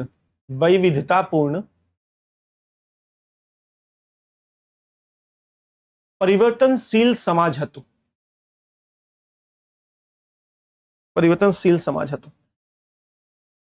એમાં એક ઇતિહાસકાર છે પીસી રે. એમની બુક છે, શું નામ તેની બુક? એક second. The history of Hindu chemistry. બુકનું નામ હતું history of Hindu chemistry, P C રેની. જેની આ સુશ્રુત સંહિતા જે તમે વાંચી રહ્યા છો ને, એ બધું એમને જ કીધું છે કે ભારતનો સમાજ હંમેશાથી વૈજ્ઞાનિક પ્રવૃત્તિનો સમાજ હતો, કોઈ સ્થિર સમાજ નહોતું. પીસી રેની બુક હતી the history of Hindu chemistry. એમાં એનો વિચાર લખવામાં આવ્યો છે. Okay, next. અંગ્રેજોએ શું કીધું હતું કે અમે તમને સભ્ય બનાવવા આવ્યા છીએ. તમે કીધું કે અમે પહેલાથી સભ્ય હતા. ભારતમાં અંગ્રેજોનું શાસન વ્હાઇટ મેન બર્ડનનો સિદ્ધાંત નથી. પરંતુ ડ્રેન ઓફ વેલ્થનો સિદ્ધાંત છે. ડ્રેન ઓફ વેલ્થનો સિદ્ધાંત છે. ડ્રેન ઓફ વેલ્થ કોને કહેવાય? ભારતથી જે પૈસા લઈ ગયા, દાદાભાઈ નોરોજી જેવા ઇતિહાસકારો આને રિપ્રેઝેન્ટ કર્યું છે. અંગ્રેજો કહે છે કે તમને સભ્ય બનાવવા આવ્યા છીએ. આપણે કીધું માફ કરજો, તમે આયા ને ત્યારે ભારતની જીડીપી દુનિયામાં 25% હતી. અમે પૂરા વિશ્વના વ્યાપારમાં 25% અમારો ભાગ હતો. તમે ગયા તો અમે 4% આવી ગયા. સભ્ય બનાવી ગયા તો પૈસા શું સભ્યતા માટે લઈ ગયા? ફીસ લઈ ગયા અમારી પાસેથી. શું છે આ સભ્યતા? ભાઈ સભ્ય બનવાયા હતા તો 25 માંથી 4% લઈ આવ્યા. તમે આવ્યા ત્યારે ભારતની જીડીપી ગ્રોથ કેટલી ફાસ્ટ હતી? તમે ગયા ત્યારે ભારતની જીડીપી ગ્રોથ હતી 0.003%. એટલે કે 100 વર્ષમાં બી ભારત 1% વિકાસ નહીં કરશે. ઇમેજિન કર્યું, અંગ્રેજોના 200 વર્ષના શાસનકાળમાં ભારતની આર્થિક ગ્રોથ થઈ જ નહીં, પડી ગઈ આપણી ઇકોનોમી. વૈશ્વિક વ્યાપારમાં 25% થી વૈશ્વિક વ્યાપારમાં 4%. આ અંગ્રેજોની દેન હતી. અને ડ્રેન ઓફ વેલ્થનો સિદ્ધાંત કે જો આપણે સમજાવ્યું કે કોઈ સિવિલાઇઝેશન તમે લાવતા નથી. Next, communist. આમને ટીકાઓ લખી. રાષ્ટ્રવાદીની ટીકા સૌથી વધારે આ પૂછાય છે. રાષ્ટ્રવાદી ઇતિહાસકારોની ટીકાઓ. તેને ગૌરવશાળી ઇતિહાસ દેખાડવા માટે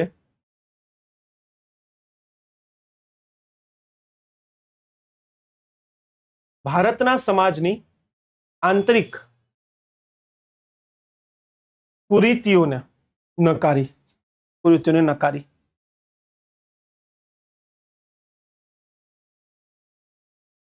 જાતિ, ધર્મ, મહિલાઓની પરિસ્થિતિ જેવા મુદ્દાઓને પેટા મુદ્દા તરીકે દર્શાવવામાં આવ્યું.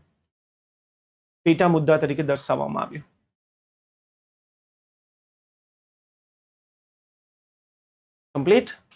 નેક્સ્ટ. હવે લખો માર્ક્સિસ્ટ. આ જ માર્ક્સિસ્ટ છે જે તમારે મેન્સમાં દર વર્ષે પ્રશ્ન હોય. તમારા મેન્સમાં દર વર્ષે પૂછે ને કે શું ગુપ્તા એજ એક ગોલ્ડન એજ હતી? પહેલી વાર ગોલ્ડન એજ પર ક્વેશ્ચન કોને રાખ્યું છે? માર્ક્સિસ્ટ. માર્ક્સે ડી ગ્લોરિફિકેશન કર્યું છે. એક શબ્દ છે ડી ગ્લોરિફિકેશન. રાષ્ટ્રવાદીઓએ ગ્લોરીફાઈ કર્યું છે, માર્ક્સિસ્ટે ડીગ્લોરીફાઈ કરી દીધું છે. એમને કીધું કે કોઈ ગોલ્ડન એજ ફોલ્ડન એજ નહોતી, કોઈ સમાજમાં તમે બહુ આગળ નહોતા, ઇકોનોમી સ્ટેગ્નન્ટ હતી, વિદેશી વ્યાપાર ઘટી રહ્યો હતો, સમાજમાં સતી પ્રથા એવી કુરીતિઓ આવી ગઈ હતી અને તમે કહો છો ગોલ્ડન એજ છે. આવી તો કેવી ગોલ્ડન એજ? ફ્યુડલ સિસ્ટમ ની શરૂઆત થઈ ગઈ હતી. આ ગોલ્ડન એજ તો નથી, એને ડીગ્લોરિફિકેશન કહેવાય છે. તેમને ઇન્વર્ટેડ કોમા લખ્યું ગ્લોરિફિકેશન કર્યું છે, ડીગ્લોરિફિકેશન કર્યું છે. જ્યાં સુવર્ણયુગ માં સતી પ્રથા, જાતિ પ્રથા, વિદેશી વ્યાપારમાં ઘટાડો જેવા મુદ્દાઓને ખાસ જાણ્યું છે. Okay, next. તેમને બુદ્ધિઝમ અને જૈનિઝમને ધાર્મિક સુધારની ચળવળની જગ્યા આર્થિક પરિવર્તનનો પરિણામ કહ્યું છે.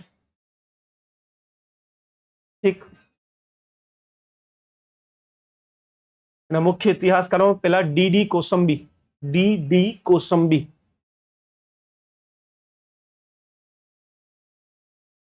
Second R S. Sharma, and most important Irfan Habib. એક આ ત્રણ ઇતિહાસકારો સૌથી પ્રખ્યાત છે. આ જે થ્રી આપણે જોયું, આ ત્રણ મુખ્ય ઇતિહાસની ધારાઓ હતી જે ભારતમાં થઈ છે. આના સિવાય પણ ઘણી છે જે હવે વધારે પૂછાઈ રહી છે. જો તમે યુપીએસસી ના મેન્સને જુઓ તો 3 વર્ષમાં 2 પ્રશ્ન એક જ ટોપિક છે પૂછાય. શું છે આવે છે?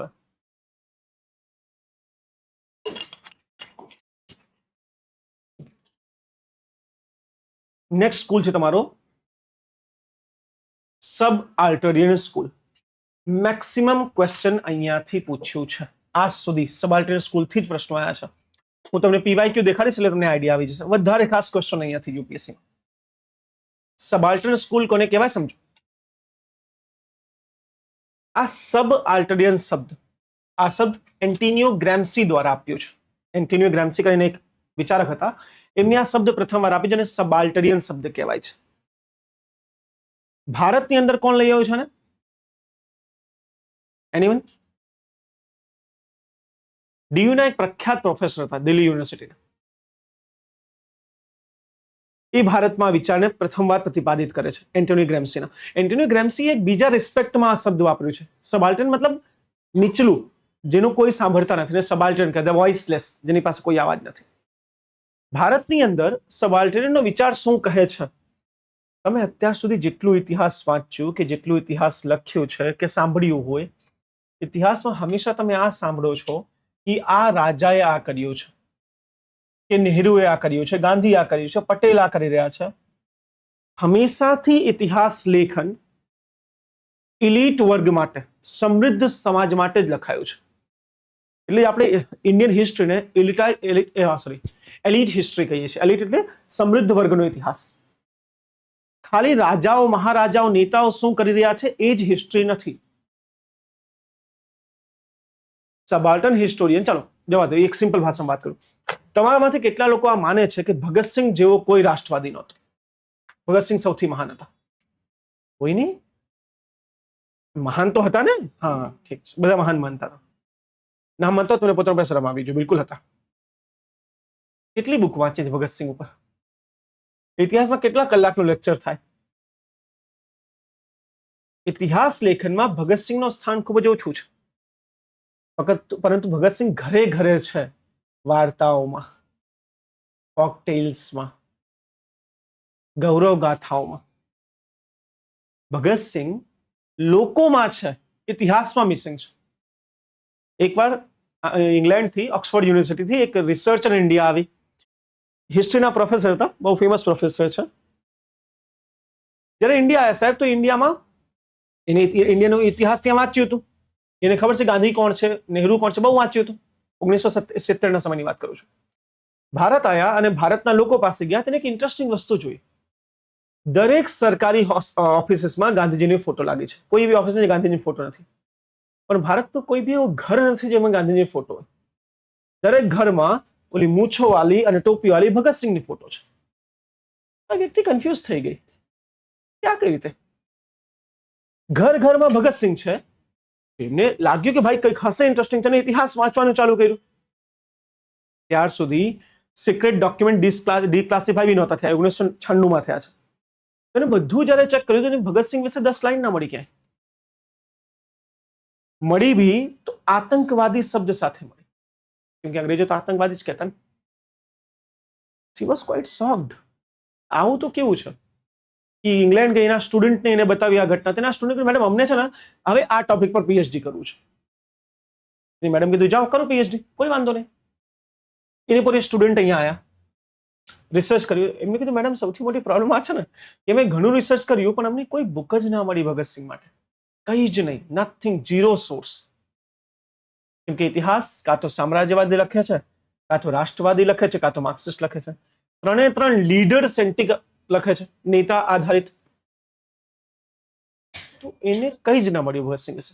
અને ત્યારથી પછી શ્રીમતી ઇન્દિરા ગાંધી આવ્યા. શ્રીમતી ઇન્દિરા ગાંધી પોતે રેડિકલ વિચારના હતા, એટલે એમને ક્રાંતિકારીઓને એનું સન્માન અપાવ્યું જે એકચ્યુઅલી મળવું જોતું. ઇન્દિરા ગાંધી ભગતસિંહના ગામે ગયા, એમની માતાજીનું સન્માન કર્યું. એમને પેન્શન બી નહોતી મળતી, જેના દીકરાએ 23 વર્ષે દેશ માટે જાન આપી દીધી. એમની આર્થિક પરિસ્થિતિ ખતરનાક હતી. એના ઘરે ગયા, એમને માલા પહેરાવી, ભગતસિંહનો સ્ટેચ્યુ બન્યું, એમને રાષ્ટ્રીય માતાનો દરજ્જો મળ્યો, એમની પેન્શન સ્ટાર્ટ કરી. અને જ્યારે વડાપ્રધાન ક્યાંક જાય ને તો બધાના કેન્દ્રમાં આવી જાય. પછી ભારતમાં ક્રાંતિકારી ઇતિહાસવાદની શરૂઆત થઈ ગઈ. પ્રોબ્લેમ શું છે? કોઈ સોર્સ નથી તમારી પાસે. ક્રાંતિકારી ઇન્ટરેસ્ટિંગ વસ્તુ, જે બી લખતા જે બોલતા એ તરત જ બાળી નાખતા. અંગ્રેજોના હાથમાં ના આવવું જોઈએ ને. તો સાહેબ તકલીફ અહીંયા આ પડી કે કોઈ સોર્સ નથી. સોર્સ વગર હિસ્ટ્રી ક્યાંથી લખશો? ના પ્રાથમિક સ્ત્રોત ના દ્વિતીયક સ્ત્રોત, કહીએ જ નહીં. પછી જે ઇતિહાસ લેખન થયું છે ને એ લોકોની કહાનીઓ અને કિસ્સાઓથી થયું છે. આ ઇતિહાસ લેખનને આપણે સબાલ્ટર્નિયન સ્કૂલ કહીએ છીએ. સબાલ્ટર્નિયન સ્કૂલ માટે એક ફેમસ શબ્દ છે ફ્રોમ બિલો, ફ્રોમ બોટમ. ઇતિહાસ કોઈ નેતા મહાનેતાને લીધે નથી, ઇતિહાસ વ્યક્તિઓના લીધે છે. તમને એક ઇન્ટરેસ્ટિંગ ઘટના કહું છું, તમને મજા આવશે. ચોરી ચોરાના ઘટના બધાને આ તો ખ્યાલ છે બાળપણમાં. ચોરી ચોરા. મહાત્મા ગાંધી અસહયોગ ચળવળ ચલાવતા હતા, નોન કોઓપરેશન મુવમેન્ટ. એમાં ચોરી ચોરામાં હિંસા થઈ, લોકોએ પોલીસ સ્ટેશન બાળી નાખ્યું અને મહાત્મા ગાંધી ચળવળ પાછી લઈ લીધી. એવું કઈ ચોરી ચોરા એક ભૂલ હતી. એક સબાલ્ટર્ન ઇતિહાસકાર હતા, એમને ચોરી ચોરા ઉપર રિસર્ચ કરી છે, એના પર પૂરી બુક લખી છે, ધ ઇન્સિડન્ટ્સ ઓફ ચોરી ચોરા. હું તમને લખાવીશ, ચિંતા ના કરો એમના વિશે. અને જ્યારે ત્યાં ગયા તો એમને શું જોયું, એને લોકો સાથે વાત કરી, કેમ કે એને તો હિસ્ટ્રી નીચેથી જાણવી છે, લોકોનો ઇતિહાસ જાણવો. તો લોકોથી વાત કરી તો એકચ્યુઅલી એવું ખબર પડી કે ત્યાંના લોકો એવું માનતા હતા કે ગાંધી ઇઝ અ ટેલિસ્મેટિક પર્સન, એટલે ગાંધી એક જાદુઈ વ્યક્તિ છે. અને હવે ગાંધીનો શાસન આવી ગયો છે. જેમ રામ રાજ્ય છે એમ ગાંધી રાજ્ય છે. અને ગાંધીના રાજ્યમાં એક વિશેષ વસ્તુ શું છે કે તમને કોઈ ગોલી મારે ને તો ગોલી પાણી થઈ જાય તમારા સુધી આવતા આવતા. અને આવું એક નહીં, આવા હજારો ટેસ્ટિમની લઈને લખ્યા ચોરી ચોરામાં. લોકોમાં આ વિચાર ત્યારે એકદમ ડીપ રૂટેડ હતું, બધા જ માનતા.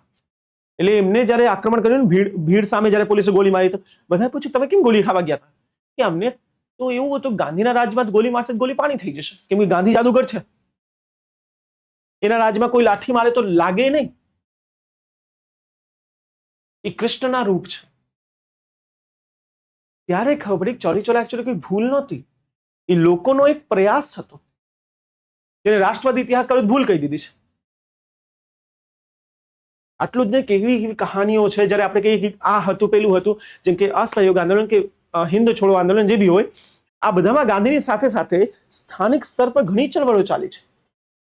જ્યાં ગાંધી અહિંસા કરતા હતા એ સમયે અસહયોગ આંદોલનમાં કેટલી હિંસા થઈ છે. લોકો હંમેશા લીડરના એક્શન પર નથી ચાલતા, લોકો પોતે ઇતિહાસ બનાવે છે. જે લીડર જ્યાં આંગળી ચીંધી છે ને લોકો ત્યાં ના જતા રહે, એ પોતે એક માર્ગ પોતાના માટે નક્કી કરે છે. અને સબાલ્ટર્ન હિસ્ટોરિયન કહેવાય. સબાલ્ટર્ન ઇતિહાસકાર ઇતિહાસને નીચેના દૃષ્ટિથી જુએ છે કે લોકો શું વિચારતા હતા, લોકો શું કરતા હતા, ના કે નેતા કે મહાનેતા. દેશ ગાંધીએ આઝાદ કરાયો છે નથી, एक्चुअली अंग्रेजो छोड़ीने जता रहा केम के लोको एमने मजबूर कर दीने कोई वस्तु खरीदता नहोता। सबाल्टर्न आ विचार राखे छे। यूपीएससी मेंस नो क्वेश्चन भी हतो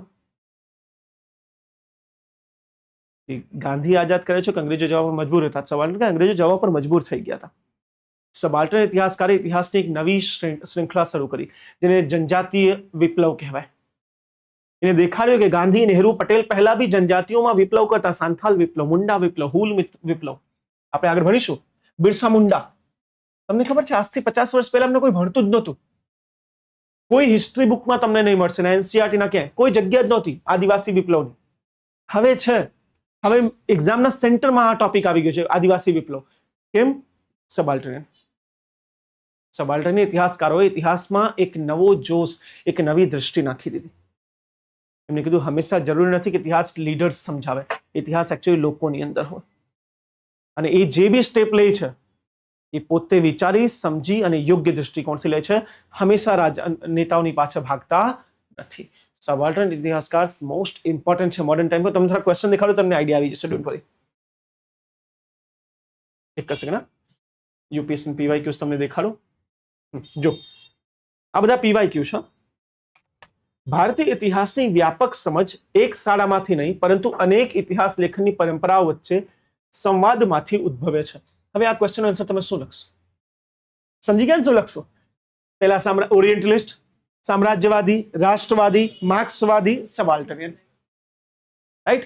સેકન્ડ જો સબાલ્ટર્ન ઇતિહાસ લેખન શું છે, તેના યોગદાન અને મર્યાદાઓનું પરીક્ષણ કરો। આ યુપીએસસી નો ક્વેશ્ચન હતો। સિમ્પસન નિબંધમાં આવ્યું છે ઇતિહાસ એ ફક્ત ભૂતકાળનો અભ્યાસ નથી પરંતુ ભૂતકાળ અને વર્તમાનકાળ વચ્ચેનો સંવાદ છે। હવે આવા પ્રશ્નો લખવા માટે જ્યાં સુધી તમારી પાસે એક ડીપ અન્ડરસ્ટેન્ડિંગ નહીં હોય નહીં ફાવશે તમને। અને સબાલ્ટર્ન તો સૌથી ફેમસ છે। જીપીએસસી પૂછે સબાલ્ટર્ન પર કે સબાલ્ટર્ન ઇતિહાસકાર શું છે। સબાલ્ટર્ન શબ્દનો ઉપયોગ એન્ટોની ગ્રામ્સીએ કર્યો છે પ્રથમવાર। એન્ટોનિયા ગ્રામ્સીએ ભારતમાં રણજીત ગૌવાને લઈ આવ્યા હતા। પહેલા અને સૌથી પ્રખ્યાત વ્યક્તિ છે એના માટે। ઇતિહાસ ફ્રોમ બિલો, નીચેથી ઇતિહાસ લેખન, જ્યાં નેતા કે રાજા નહીં પરંતુ લોક કેન્દ્રિત ઇતિહાસ લખવામાં આવે છે।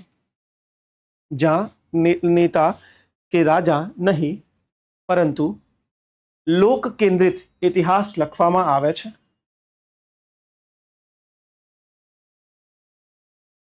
જેમ કે जनजातिना दृष्टिथी इतिहास, मुंडा विप्लव वगैरह।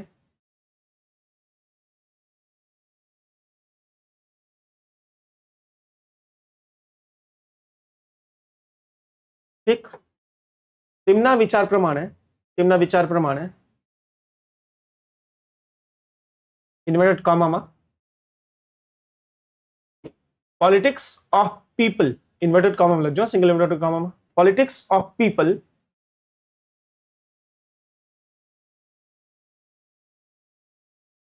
કોમા ફરી inverted comma politics of elite, politics of people, politics of elite ના સમાંતરે ચાલતું હતું।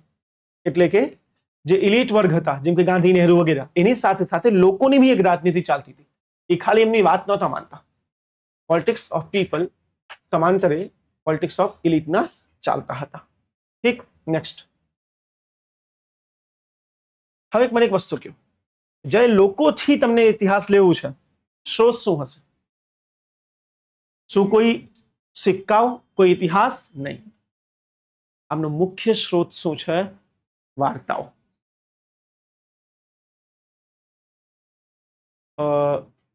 લોકોના વચ્ચે બેસીને વાતચીત। એક ઇન્ટરેસ્ટિંગ આમની ફેક્ટ તમને કહું, તમને બહુ મજા આવશે। આમને ઇતિહાસને કઈ રીતે શોધ્યું છે?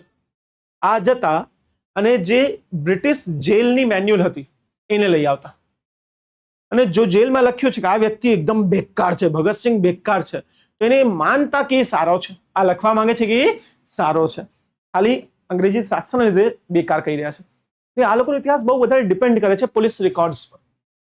જ્યારે કોઈ પોલીસ રેકોર્ડમાં લખ્યું હોય ને કે ભીડ ઉગ્ર હતી અને એના લીધે અમે ગોળી ચલાવી, તેમાં સબાલ્ટર્ન એવું સમજી લે છે કે ભીડ શાંત જ હતી, અમને ખાલી સબક શીખવવા માટે ગોળી ચલાવી છે। આને કોન્ટ્રાડિક્ટરી હિસ્ટ્રી કહેવાય। જે લખ્યું છે એના કોન્ટ્રાડિક્શનમાં સમજવું। સબાલ્ટર્નનું પૂરું સ્ત્રોત જ આ હતું. એટલે સબાલ્ટર્નનું મુખ્ય હિસ્ટ્રી ક્યાંથી છે? Police record. ઠીક, લખો મુખ્ય સ્ત્રોત લોકવાર્તાઓ,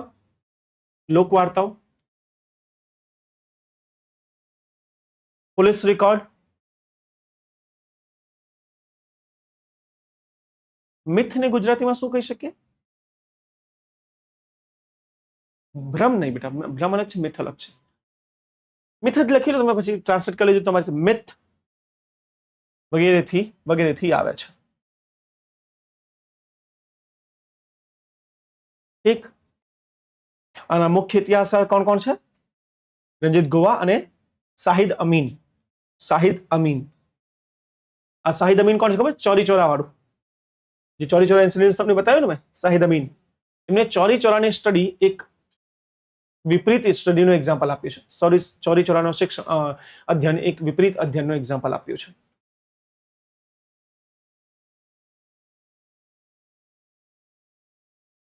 ઠીક છે બેટાજી, તો સબાલ્ટર્ન પતી ગયું. ઓકે દેન, બોર તો નહીં થતા, પાક્કું. હિસ્ટ્રી વાંચવા પહેલા હિસ્ટ્રી શું છે એ તો જાણી લ્યો, પછી હિસ્ટ્રી વાંચજો. તો સબાલ્ટર્ન ખતમ, પછી આવી જાઓ કેમ્બ્રિજ. સૌથી વિવાદિત સ્કૂલ, મારા હિસાબે ઇતિહાસ લેવામાં સૌથી વિવાદિત ઇતિહાસ આનો છે. અને આ બે એન સ્ટીલ અને જોર્ડન જોન્સન આના મુખ્ય પ્રતિપાદકો છે. શું હતું કેમ્બ્રિજ સ્કૂલ, મને કોઈ બતાવી શકશે? અહીંયા ઘણા આપણા મેન્સના વિદ્યાર્થીઓ બેઠા છે, બતાવો ભાઈ. કેમ્બ્રિજ શું ભણો મેં તમે?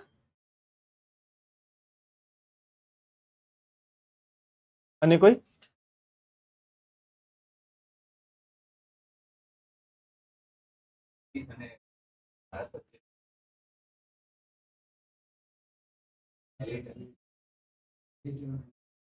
બિલકુલ નહીં.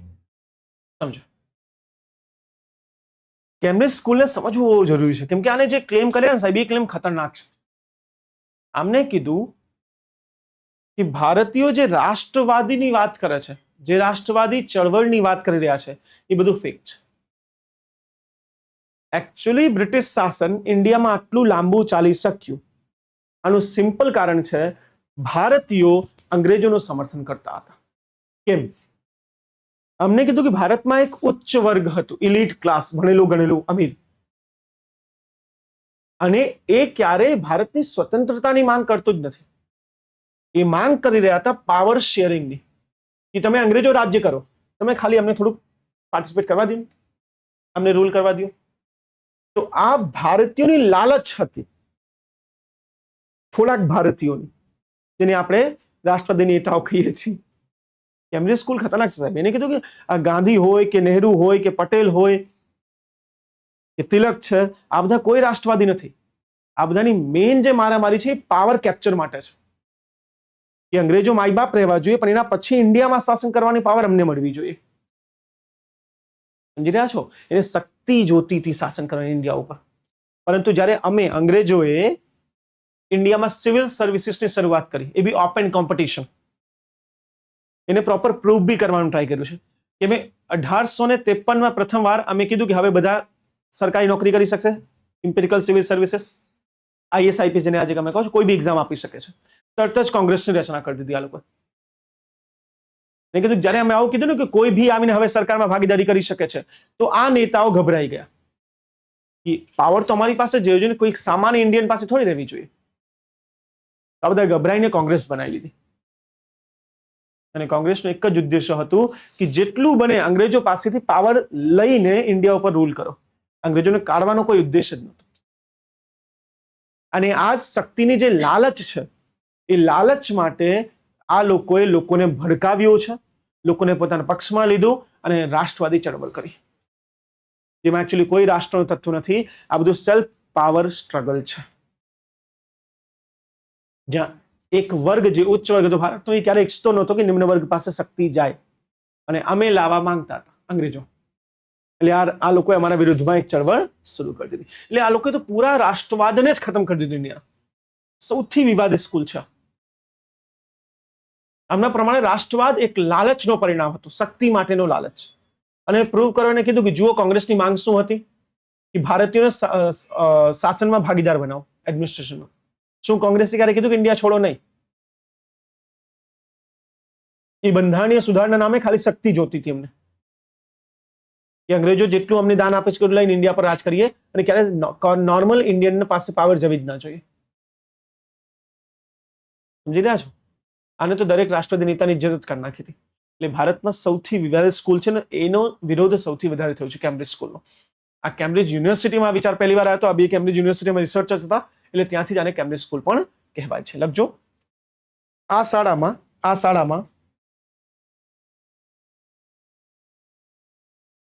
રાષ્ટ્રવાદી ચળવળને અમુક રાષ્ટ્રવાદીઓના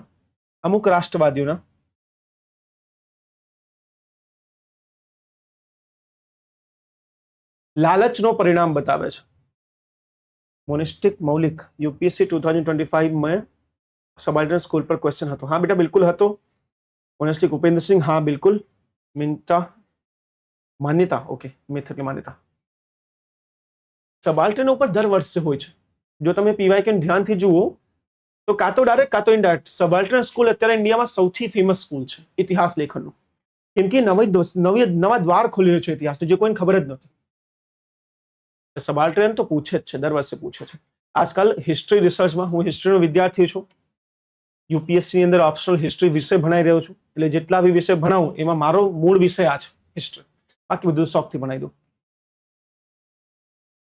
અને અમારી જે રિસર્ચ કમ્યુનિટી છે એમાં આજે પીએચડી બી સૌથી વધારે પીએચડી સબાલ્ટર્ન સ્કૂલ પર થઈ રહી છે હિસ્ટ્રીની અંદર. સૌથી પ્રખ્યાત સ્કૂલ છે આજે હિસ્ટ્રી ડિસ્કશન. એટલે ઓપ્શનલમાં તો ક્વેશ્ચન હોય છે, પણ જીએસમાં આજકાલ ઓપ્શનલમાં 2014-15 સુધી પૂછતા હતા. આ 20 પછી છે ને જીએસમાં ખતરનાક, જીપીએસસી જીએસમાં, યુપીએસસી જીએસમાં, GS1 માં એકાદ ક્વેશ્ચન સબાલ્ટર્ન પર આવી જાય તો શોકિંગ ન્યૂઝ છે બધા માટે. એટલે સબાલ્ટર્ન તો ખાસ પૂછાય છે બેટા, બિલકુલ સાચી વાત છે. મોનેસ્ટિક મૌલિક. ઓકે, કેમ્બ્રિજ સમજી ગયા 100%. આગળ વધુ. આ ઇન્ટરેસ્ટિંગ હિસ્ટ્રી છે સાહેબ, કોઈ ભી બુકમાં નથી. આ ઇવન એઆઈ ને પૂછો તો એઆઈ બી આ નહીં કહેશે. ધી એનાલિઝ સ્કૂલ, આ એઆઈ ની પહોંચની પણ બહાર છે. એ તમને લખો ઇન્ડિયામાં સ્કૂલ ઓફ હિસ્ટ્રી રાઇટિંગ, તો એઆઈ બી આ નથી આપતી. એનાલિઝ સ્કૂલ મોડર્ન ટાઈમનો પ્રખ્યાત સ્કૂલ છે. હવે મારી વાત ધ્યાનથી સમજો. કેમ તમને ખબર છે? આમાંથી પ્રશ્ન જીપીએસસી 2025 માં 3 થી 4 હતા, એક નહીં. યુપીએસસી માં ગયા વર્ષે, તો યુપીએસસી 2024 માં ગયા વર્ષે પ્રશ્ન હતો કે બતાવો કઈ રીતે ઉત્તર પશ્ચિમ ભારતમાં હંમેશા એન્ટ્રી માટેનું એક સાધન હતું, વિવાદનો સ્થળ હતું. ભારતની જીઓગ્રાફી કઈ રીતે ભારતનો ઇતિહાસ નક્કી કર્યો છે, જીપીએસસી 2024-25. અને આ પ્રશ્નો રિપીટ કરીને એક્ઝામમાં બની રહ્યા છે. એનાલિઝ હિસ્ટોરિયન હિસ્ટ્રીનો દૃષ્ટિકોણ બદલી રહી છે. આને કીધું તમે જેટલો ઇતિહાસ ભણો છો એ ઇવેન્ટ બેઝડ હિસ્ટ્રી છે. આ દિવસે આ થયું, આ સમયે આ થયું, આ રાજાએ યુદ્ધ કર્યું છે, આ પ્રજાએ આવું કર્યું છે, રાઈટ? પરંતુ ઇતિહાસ એકચ્યુઅલી ઇવેન્ટ બેઝડ ના રહેવું જોઈએ. એનાલિઝ સ્કૂલે ઇતિહાસમાં સૌથી પહેલી વાત કરી કે ઇતિહાસને કોઈ વ્યક્તિ, કોઈ સમય નથી ચલાવતું. ઇતિહાસમાં સૌથી મોટો ભાગીદાર કોઈ છે તો એ છે જીઓગ્રાફી. કોઈ બી સ્થળનો ભૂગોળ ત્યાંના ઇતિહાસને નક્કી કરી દે છે. જેમ કે ભારત કેમ વિશ્વનો સૌથી આકર્ષણનો કેન્દ્ર હતો? ભારતમાં કૃષિની ઉત્પાદકતા. ઉત્તર ભારતમાં જ કેમ મોટા સામ્રાજ્ય બન્યા? કેમ કે ઉત્તર ભારતમાં ઇનફ કૃષિ હતી, દક્ષિણ ભારતમાં એટલી કૃષિ હતી નહીં, એટલે ઉત્તર ભારતમાં વધારે સામ્રાજ્યો બન્યા છે. મૌર્ય હોય, ગુપ્ત હોય, સાતવાહના છે, બધા ઉત્તર ભારતથી નીકળી રહ્યા છે ને. એની પાછળ એમને આ બધું કીધું છે કે આ કારણથી આ થઈ રહ્યું છે. ચાલે છે લેક્ચર? ઓકે. અમને કીધું કે ઇતિહાસ કોઈ વર્ષ બે વર્ષની પ્રક્રિયા નથી, આ હજારો વર્ષોનો પરિવર્તન છે. આ કોઈ શોર્ટ ટર્મ સ્ટડી નથી, લોંગ ટર્મ સ્ટડી છે. આજે આપણે હિસ્ટ્રીને આના દૃષ્ટિકોણથી જ ભણી રહ્યા છીએ પૂરા ઇન્ડિયામાં. આપણે નથી ભણતા કે અચ્છા એક કામ કરો, તમે બતાવો કે સિંધુ ખીણ સભ્યતાનો અંત કઈ રીતે થયો હતો. સૌથી માન્ય થિયરી છે ક્લાઇમેટ ચેન્જ, કે પૂર આવી ગયો છે, પૂરી સિંધુ ખીણ ડૂબી ગઈ. Right or wrong? Long term process. આજનો ઇતિહાસકાર શું કહે છે કે ક્યારે એકચ્યુઅલી સિંધુ ખીણનો અંત થયો જ નથી. સિંધુ ખીણ ઉત્તર ભારતથી દક્ષિણ ભારત તરફ પ્રસાર કરી ગઈ છે. રિસન્ટ ડિસ્કવરી તમને ખબર છે, પેરિયાર નદી પાસે. આર એન બાલકૃષ્ણન કરીને એક ઇતિહાસકાર છે, એએસઆઈ ના અધિકારી હતા, આર્કિયોલોજીકલ સર્વે ઓફ ઇન્ડિયાના આઈએએસ હતા બાલકૃષ્ણન. એમની એક બુક લખી છે ઇન્ડસ ટુ વૈગેયી. બહુ ફેમસ બુક છે ઇન્ડસ ટુ વૈગેયી એમની, જેમાં એમને પુરાવા સાથે આ કીધું છે કે સિંધુ ખીણ ક્યારે ખતમ થઈ જ નથી, ખાલી ઉપરથી દક્ષિણ તરફ આવી ગઈ છે. જીઓગ્રાફી, ઇતિહાસ 1000-2000 વર્ષનો સમય છે, 1-2 મિનિટનો નહીં. જીઓગ્રાફી. સેકન્ડ, ઇતિહાસ ક્લાઇમેટ ચેન્જનું પરિણામ છે. આ પર્યાવરણને પણ આધાર રાખે છે. તમારી ગુજરાતી ક્લાઇમેટ ચેન્જ. ઇતિહાસના સ્ટડીમાં આને ધ્યાન રાખવું પડશે તમારે કે ક્લાઇમેટ ચેન્જે કઈ ભૂમિકા ભજવી છે. જેમ કે પહેલા આપણે કહેતા કે પ્લાસીમાં બધા યુદ્ધ છે, હવે આપણે કહીએ પ્લાસીમાં જ કેમ છે? તો આપણે કહીએ કેમ કે પ્લાસીમાં ભૌગોલિક પરિસ્થિતિ યોગ્ય છે, વરસાદ ઓછી થાય, માટી ચીકણી એટલી નથી, આજુબાજુ કૃષિ યોગ્ય જમીન છે, આજુબાજુ પેલા હથિયાર બનાવવાવાળા લોકો છે. હવે આ રીતે ઇતિહાસનો દૃષ્ટિકોણ નીકળી રહ્યો છે કે પ્લાસીમાં જ કેમ બધે યુદ્ધ થઈ રહ્યા છે. ઠીક, ક્લાઇમેટ ચેન્જ અને પર્યાવરણને કેન્દ્રમાં રાખવાની વાત કરી, અને સૌથી ઇમ્પોર્ટન્ટ જે મને ગમ્યું કે આ મેન્ટાલિટી બેઝડ સ્ટડી છે, સાયકોલોજીકલ સ્ટડી. અમને ઇતિહાસને સાયકોલોજીકલ વસ્તુ કીધી છે. આ વિચાર એક એકચ્યુઅલી માનસિક પરિસ્થિતિ છે, જ્યાં લોકોની માનસિકતા આધારિત ઇતિહાસ હોય છે. સાયકોલોજીકલ સ્ટડી વિશ્વમાં પ્રથમવાર હિસ્ટ્રીમાં લાવનાર એનાલિસ્ટ છે. લોંગ ટર્મ ઇતિહાસની વાત કરી, ક્લાઇમેટ ચેન્જની વાત કરી, સાયકોલોજીકલ હિસ્ટ્રીની વાત કરી, ઇવેન્ટ બેઝ હિસ્ટ્રીથી અલગ થઈ ગયા. અને આજના ક્વેશ્ચન્સ જો તમે ધ્યાનથી જુઓ, દેખાડો તમને પાછું ક્વેશ્ચન, જો તમને લાગશે કે સાહેબ આવું કેમ ભણાઈ રહ્યા છો? અરે ભાઈ સાહેબ ગાંડા થોડી થયા છે કે મને વધારે મહેનત કરવાની ઈચ્છા થાય. હું તમને ઓલું જે હું 10 વર્ષ પહેલા ભણ્યો એની ભણાઈ દઉં, કેટલી મજા આવી જાય. એક ટીચર એકવાર જે ભણી ગયો જીવનમાં એને જ પાછું રિપીટ કરીને ભણાઈ રહ્યો છે, પણ એક્ઝામ રોજ બદલાઈ રહી છે. પહેલો જ ક્વેશ્ચન જો જીપીએસસી, જો we learn from history that we learn nothing from history. ભારતના એક્ઝામ્પલ સાથે સમજાવો, એટલે લોંગ ટર્મ પ્રક્રિયા સમજાવો કે ભારતમાં ક્યારે આપણે શું શું કર્યું છે. કોઈ એક ઇવેન્ટ નથી પૂછી. હજી ઉભા રહ્યો, બહુ સરસ સરસ પ્રશ્નો છે મારી પાસે આના.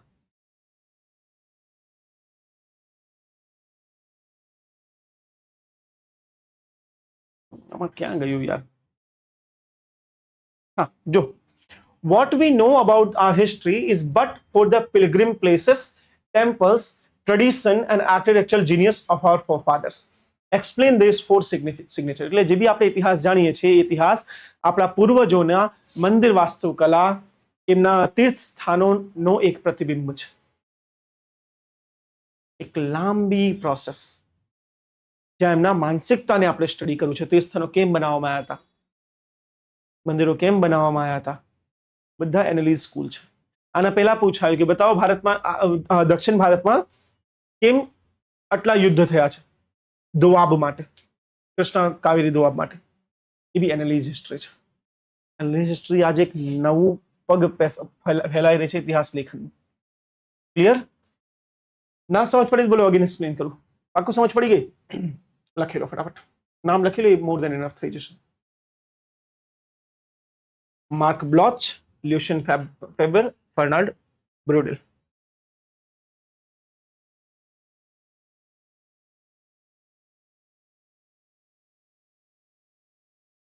આમના પ્રમાણે ઇતિહાસ કોઈ સમય, અલ્પ સમયની ઘટના નહીં, પરંતુ ભૌગોલિક પરિવર્તન, પર્યાવરણ, માનસિકતા આધારિત અધ્યયન છે. પર્યાવરણ અને માનસિકતા આધારિત અધ્યયન છે.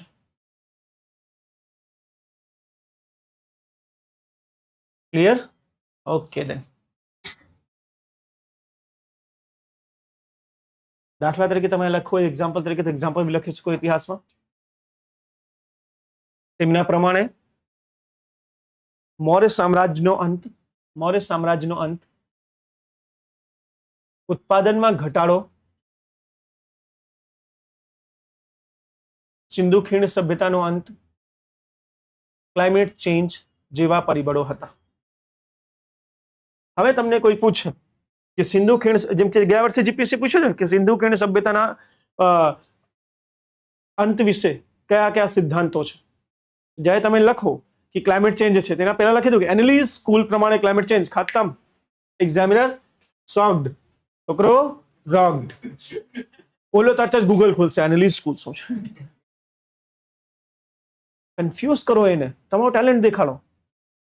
સર તમને રિસર્ચ કરવી પડે, તોય તમને માર્ક્સ આપ, તોય દુલ ખુશ થશે કે વાહ ભાઈ મને કંઈક આવું શીખવાડી ગયા જે એકચ્યુઅલી મને નહોતું આવડતું.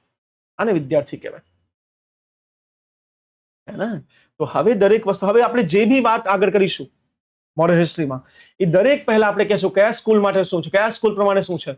તો એનાથી તમારો આન્સર એટલો બ્યુટીફુલ બની જશે કે વાત જવા દો. ટ્રસ્ટ મે, પ્રિલિમ્સ તો હું તમને ગમે તેમ પાસ કરાવી શકું, મારામાં એટલી તેવડ છે. એવું ઘસીસ રોજના 200 ક્વેશ્ચન કરાવી દો, મહિનામાં 6,000 થઈ ગયા, પતી ગયું. મેઇન બેટલ મેન્સ હોય છે, એ જેને લખી છે ને ખ્યાલ હશે. લખીને આયા પેન ઉચકી ખબડી બાપા, હવે શું લખાતું જ નથી, ફેંકીએ તો શું ફેંકીએ.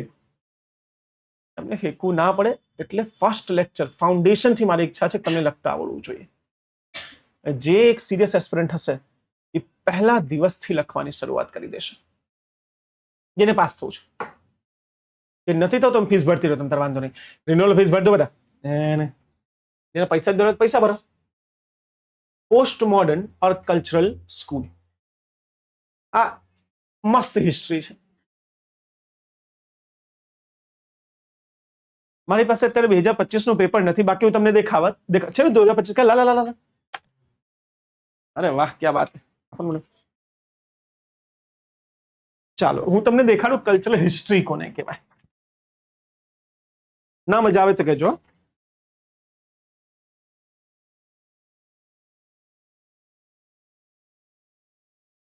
આજકાલ નવું ટ્રેન્ડ નીકળ્યું છે, કોચિંગ ઇન્સ્ટિટ્યૂટમાં નવું ટ્રેન્ડ નીકળ્યું છે. ભણાવતી વખતે ટાઈમ પાસ કરાવી દો છોકરાઓને, વર્ષમાં શું થયું ભણાવી દો, 15-20 લેક્ચરમાં સબ્જેક્ટ, અને પેપર આવે ત્યારે ડાલો પાડવાની. પેપર કેવો ટફ હતો, જીપીએસસી ઉપર કેસ કરાય, આપણે આંદોલન કરવા જશું. જીપીએસસી ની ઈચ્છા થાય ને એટલું ટફ પેપર કાઢી શકે, તમારા બાપાની સંસ્થા નથી.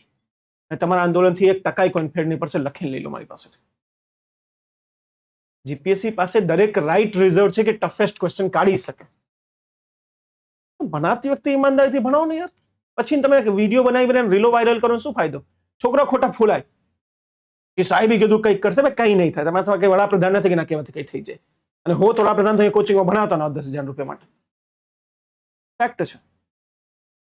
આવા નાટક કરવા કેલા ભણતી વખતે થોડુંક ડિટેલમાં ભણી લઈએ, ટફ વસ્તુને ડીલ કરીએ. ભલે અત્યારે ટફ લાગે છે, ના સમજો 50 વાર ભણો. એક્ઝામમાં નાટક નથી જોઈતા. એને ત્યાં બેસી લોકો રડતા હોય, મેં જોયા છે મેઇન સેન્ટરમાં, યાર કેવું ટફ પેપર હતું. તો તમને અધિકારી બનાવ્યું કોને? ભાઈ યાર તમે એસડીએમ બનવા માંગો, ચિંદી જેવી વાતો કરો કે આ વખતે તો ના પૂછ્યું કે ગોલ્ડન એજ કોને કહેવાય. માણસ છો યાર. ગયા વખતે GS1 નું પેપર છે ને, બધા રડતા હતા. એને ખબર છે, પછી એક્ઝામ સેન્ટરની બહાર બધા આવું કઈ પેપર હોય, વાહિયાત પેપર છે, ફાડી ફાડીને પેપર ફેંકતા હતા. કલ્લો જે કરવું પેપર તો બની ગયું, અને આ જ ચેક થશે. હવે તમે ગમે તેટલા કેમેરા સામે થઈને રીલો ભેગો થવા, વ્યૂઝ માટે નખરા કરી લો, ગાડો ગાડી કરી લો, પણ રિયાલિટી આ છે કે તમે પૈસા માટે કરી રહ્યા છો, તમારા વ્યૂઝ માટે. કોઈ પરિવર્તન તમારા બકવાસથી થશે નહીં. સત્ય છે આ. મને આ નાટક નહીં ગમતું.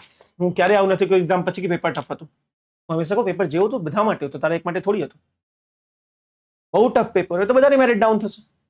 રડવાનું શું પ્રયાસ છે? કે 33% લાવવાની થોડી વાત છે કે પેપર ટફ આવી ગયો 33 નહીં આવે. અહીંયા 0% પાસ થઈ જશે જો બાકી બધા માઇનસ માર્ક. એમ કહાની હે ને. તો આ પેપર તમે જુઓ, તમને મજા આવશે. એટલે મને ઓલી ડ્રામા નથી જોતા પછી વાળા, અહીંયા ધ્યાન આપી દો. પેપરના દરેક ક્વેશ્ચન ધ્યાનથી જુઓ. ગુજરાતના ઇતિહાસમાં પ્રાચીન વૈદિક યુગથી શરૂ કરી મધ્યયુગની અને આધુનિક ઇતિહાસની પદછાપ અંકિત થયેલી છે. એટલે કે ગુજરાતના ઇતિહાસમાં પ્રાચીન, મધ્યકાલીન અને આધુનિક ઇતિહાસની પદછાપ છે. ઓકે. વિધાનને ગુજરાતની ભૌગોલિક અને સાંસ્કૃતિક સંભાવનાના સંદર્ભમાં બોલવું. આ વિધાનને ગુજરાતની જીઓગ્રાફિકલ અને કલ્ચરલ ભાવનામાં કહું. Geographical history. કોઈ એક ઇવેન્ટ નથી પૂછી. પ્રાચીન ભારત, મધ્યકાલીન ભારત અને આધુનિક ભારતમાં કઈ રીતે પદછાપ પડી છે હિસ્ટ્રીની ગુજરાતમાં. આ એનાલિઝ હિસ્ટ્રીનો ક્વેશ્ચન હતો. આટલું જ નહીં, બીજું છે સાંસ્કૃતિક પોસ્ટ મોડર્ન હિસ્ટ્રીનો હતો. ક્વેશ્ચન નંબર જેને જાણવું હોય, ક્વેશ્ચન નંબર 2 છે. જીપીસી ક્લાસ 1 to 2025 મળી ગયો. ક્વેશ્ચન કયા સોર્સથી છે? આમાં સામાન્ય વિદ્યાર્થી કઈ બી બકવાસ લખવાનું ચાલુ કરશે. મારા જેવા લખશે તે કહેશે કે ઇતિહાસ લેખનની નવી શાળા એનાલિઝ અને પોસ્ટ મોડર્ન કલ્ચરલ હિસ્ટ્રી દ્વારા ઇતિહાસ હવે ભૂગોળ અને કલ્ચરના દૃષ્ટિથી જોવા મળે છે, જેનો સૌથી ઉત્કૃષ્ટ દાખલો ગુજરાતની અંદર પડેલી પદછાપ છે. થઈ ગયો ઇન્ટ્રો. એક્ઝામિનર સોલ્વ્ડ, વિદ્યાર્થી પછી હું ચાલુ કરીશ કે કઈ રીતે આ પદછાપ છે આમની ભાષામાં, કેમ કે ક્વેશ્ચન આની લેંગ્વેજ જોઈએ છે. આ એક નથી. હા, નેક્સ્ટ જુઓ. ગુજરાત તેની શાંતિ, સૌહાર્દ અને આધુનિક વલણો માટે સામાજિક એકતા અને ન્યાયનો પ્રકાશ ફેલાવનાર સુધારવાદી લેખકો અને કવિઓનું શ્રેણી છે. ગુજરાતમાં જેવી સુધારા છે એ લેખકો અને કવિઓનો ઋણી છે. તમે સંમત છો? શા માટે? 18મી સદીથી આઝાદી સુધીના સમયમાં થયેલ મુખ્ય 5 સર્જકોએ આ સંદર્ભમાં આપેલ યોગદાન સાથે સમજાવો. 18મી સદીથી અત્યાર સુધીમાં કયા કયા સર્જકોએ આ સિદ્ધાંત આપ્યો છે કલ્ચરલ હિસ્ટ્રી? અગેન લેખકો, લેખક કોણ છે? કલ્ચરનો પાર્ટ છે. એના દ્વારા સમાજ સુધાર હિસ્ટ્રીનો પાર્ટ છે. Question number 3. ઠીક, નેક્સ્ટ સાંભળો.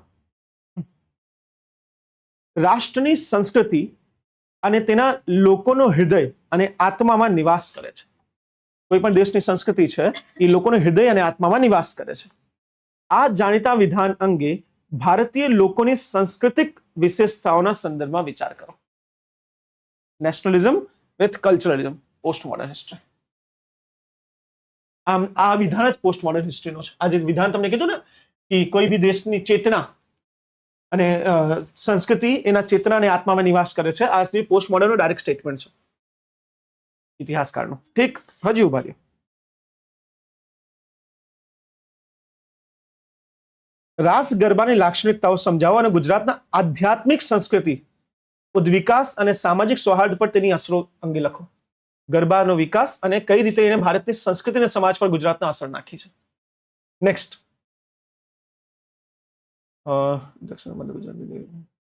બસ એટલા જ છે મોડર્નના. મોડર્ન પાછળ એકાદ હશે, હજી ઉભા રહ્યો.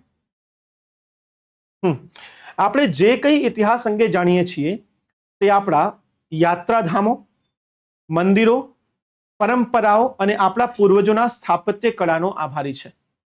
હિસ્ટ્રી કયા એંગલથી જોવાની છે? Culture, complete culture. નેક્સ્ટ આગળ જુઓ.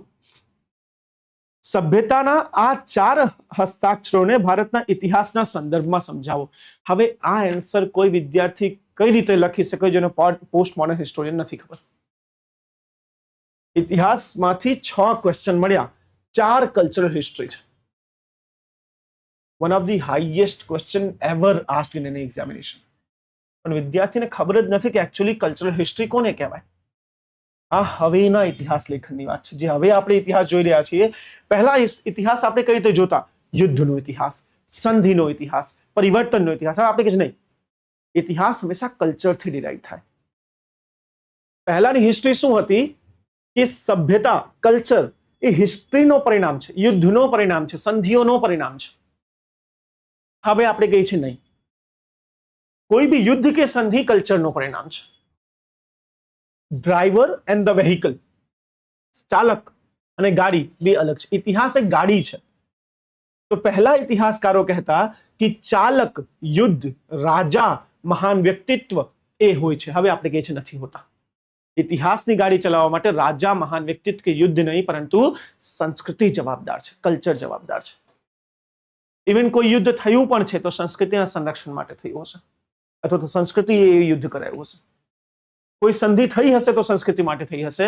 કલ્ચર હવે બધું ડિસાઇડ. સોર્સ શું છે? સંસ્કૃતિ છે. ઓકે. અને બીજી ઇન્ટરેસ્ટિંગ વસ્તુ, આ લોકો ઇતિહાસને કહે છે કે history is very dynamic, it is perspective. મને સૌથી બેસ્ટ વસ્તુ આ જ લાગી. એમને કીધું કે ઇતિહાસ એક દૃષ્ટિકોણ છે. કોઈ વ્યક્તિ ઇતિહાસને કોઈ બીજા દૃષ્ટિકોણથી જોઈ શકે હું કોઈ બીજા દૃષ્ટિકોણથી જોઈ શકું, હું ના કહી શકું કે એનું સાચું છે કે મારું સાચું છે. અમારા બે પાસે એક વસ્તુને જોવાનો દૃષ્ટિકોણ છે. અત્યાર સુધી સંપૂર્ણ ઇતિહાસ લેખનમાં આપણે એક ભૂલ જોઈ કે જે ધારા લખી રહ્યો છે એ ધારાને મહાન બતાવે છે. ઓરિએન્ટલિસ્ટ એનું મહાન બતાવે છે, કેમ્બ્રિજ એનું મહાન બતાવી રહ્યો છે, નેશનલિસ્ટ એનું મહાન બતાવી રહ્યો છે. પોસ્ટ મોડર્ન કહે છે ના કોઈ મહાન છે ના કોઈ નબળું છે. ઇતિહાસ પર્સપેક્ટિવ છે, અને જો આ સમજી જાઓ તો યુદ્ધની જાતે ખતમ થઈ જાય. દાખલા તરીકે હું તમને સમજાવવાનો પ્રયત્ન કરું એકાદ એક્ઝામ્પલ લઈને, તો ચાલો સૌથી કોન્ટ્રોવર્સિયલ એક્ઝામ્પલ લઉં છું. ઠીક છે, ઇતિહાસ લેખન કેટલું પરિવર્તન કરી શકે. ગાંધી એક એક્સપેરિમેન્ટ કરતા હતા, જેને એક્સપેરિમેન્ટ વિથ માય બ્રહ્મચર્ય કહેવાય છે. બ્રહ્મચર્ય સાથે એમના એક એક્સપેરિમેન્ટ, જેની અંદર એક સ્ત્રી સાથે સંપૂર્ણ નિર્વસ્ત્ર એના બેડ પર સૂતા.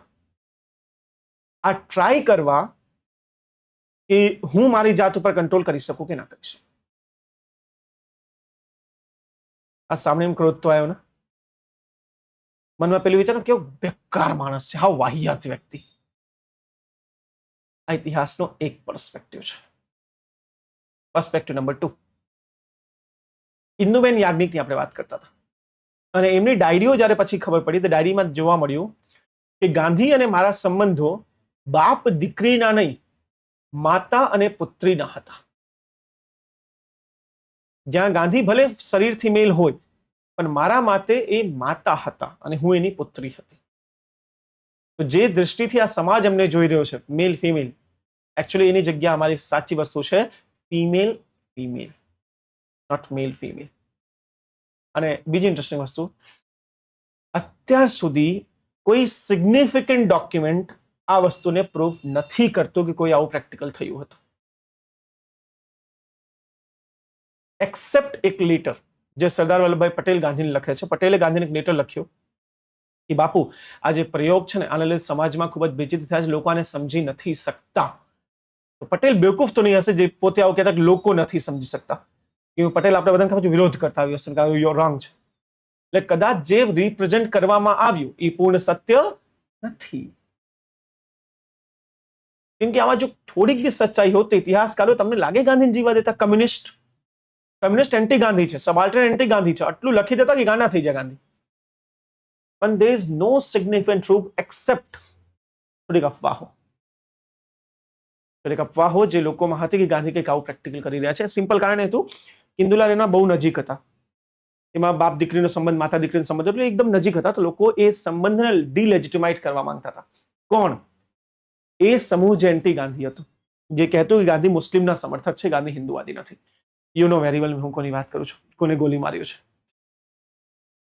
આને ઇતિહાસ કહેવાય. જેમ ઈચ્છા થાય ને એમ અમે ભણાવી શકીએ શિક્ષક તરીકે, અને જ્યારે અમે ભણાવીએ ને તે પ્રમાણે અમે જનરેશન્સ ક્રિએટ કરીએ. એ જ કારણ છે આજે ગાંધીને ઇન્ડિયામાં બધા નફરત કરે છે, દુનિયામાં બધા રિસ્પેક્ટ કરે છે. કેમ કે દુનિયાએ આપણા ટીચરો દ્વારા નથી ભણ્યું ને. એકવાર અમારા ભણાવવા મોકલી દો, દુનિયાના નફરત કરવા લાગે તો મને કહેજો. આ ગોડસે મહાન બનાવી જ દેશે, કોઈ વાંધો નહીં આવે. ગોડસે જિંદાબાદના નારા લાગી જ જશે. That's the problem. જે વ્યક્તિ જે વિચાર ધરાવતો હશે એ વ્યક્તિ ઇતિહાસને એ દૃષ્ટિકોણથી આગળ લઈ જશે, એના દૃષ્ટિકોણને સફળ કરવા. પોસ્ટ મોડર્નિસ્ટ આનો જ વિરોધ કરે છે. પોસ્ટ મોડર્નિસ્ટ કહે છે કે ઇતિહાસ કોઈ વ્યક્તિની કે વિચારનો મોહતાજ નથી. નો ડાઉટ તમે તમારો વિચાર આપો, પણ એ જ વસ્તુનો બીજો વિચાર થઈ શકે જે તમારો વિરોધી હોય જરૂરી નથી. એ ડિફરન્ટ પર્સપેક્ટિવ છે. આને આપણે પર્સપેક્ટિવિઝમ કહીએ છીએ. તો પોસ્ટ મોડર્નિસ્ટમ પર્સપેક્ટિવિઝમ છે, કલ્ચર બેઝડ સ્ટડી છે. રાજા મહારાજા નેતાઓને સેન્ટરમાં નથી રાખતા, પરંતુ સમાજ અને સમાજના સભ્યતાઓ અને સંસ્કૃતિને કેન્દ્રમાં રાખીને જે ઇતિહાસ લેખન થાય એને આપણે કહીએ પોસ્ટ મોડર્નિસ્ટ. તો તમને જયારે એવું ક્યાંય મળે ને કે ઇતિહાસ એક દૃષ્ટિકોણ છે, સમજી જજો ક્વેશ્ચન ક્યાંનો છે. ક્વેશ્ચન પોસ્ટ મોડર્નનો છે. સમજી ગયા? Post modern historians 100%. Okay then, બસ પતો આવ્યો, ચિંતા ના કરો. હવે આવો થોડા ક્વેશ્ચન. આ છે એક બાકી ફિમેલ હિસ્ટોરિયન્સ, જેને આપણે ફેમિનિસ્ટ હિસ્ટોરિયન કહીએ છીએ. એકચ્યુઅલી કોઈ ન્યૂ શાખા નથી ઇતિહાસની, આ ઇતિહાસનો નવો દૃષ્ટિકોણ છે. જ્યાં આપણે આ કીધું કે તમે દેખાડી રહ્યા છો પૂરો ઇતિહાસ જે છે પ્રાચીનથી આધુનિક સુધી, એ મેલ ડોમિનેટ કરે છે, રાજા પુરુષ છે, નેતા પુરુષ છે, પરંતુ એકચ્યુઅલી ઇતિહાસ ફિમેલ પણ એની ભાગીદારી ભજવે છે. આમાં મહિલા કેન્દ્રિત ઇતિહાસ લેખન થાય. બે ત્રણ ફેમસ બુક છે, જેમ કે Mother India, the high caste Hindu women, Pandita Ramabai દ્વારા લખવામાં આવ્યું છે. આ બે ત્રણ ઇમ્પોર્ટન્ટ બુક છે જેમાં એ વખતની મહિલાઓની ભાગીદારી સમજાવી છે, અને આજકાલ જીપીએસસી નું ફેવરેટ છે.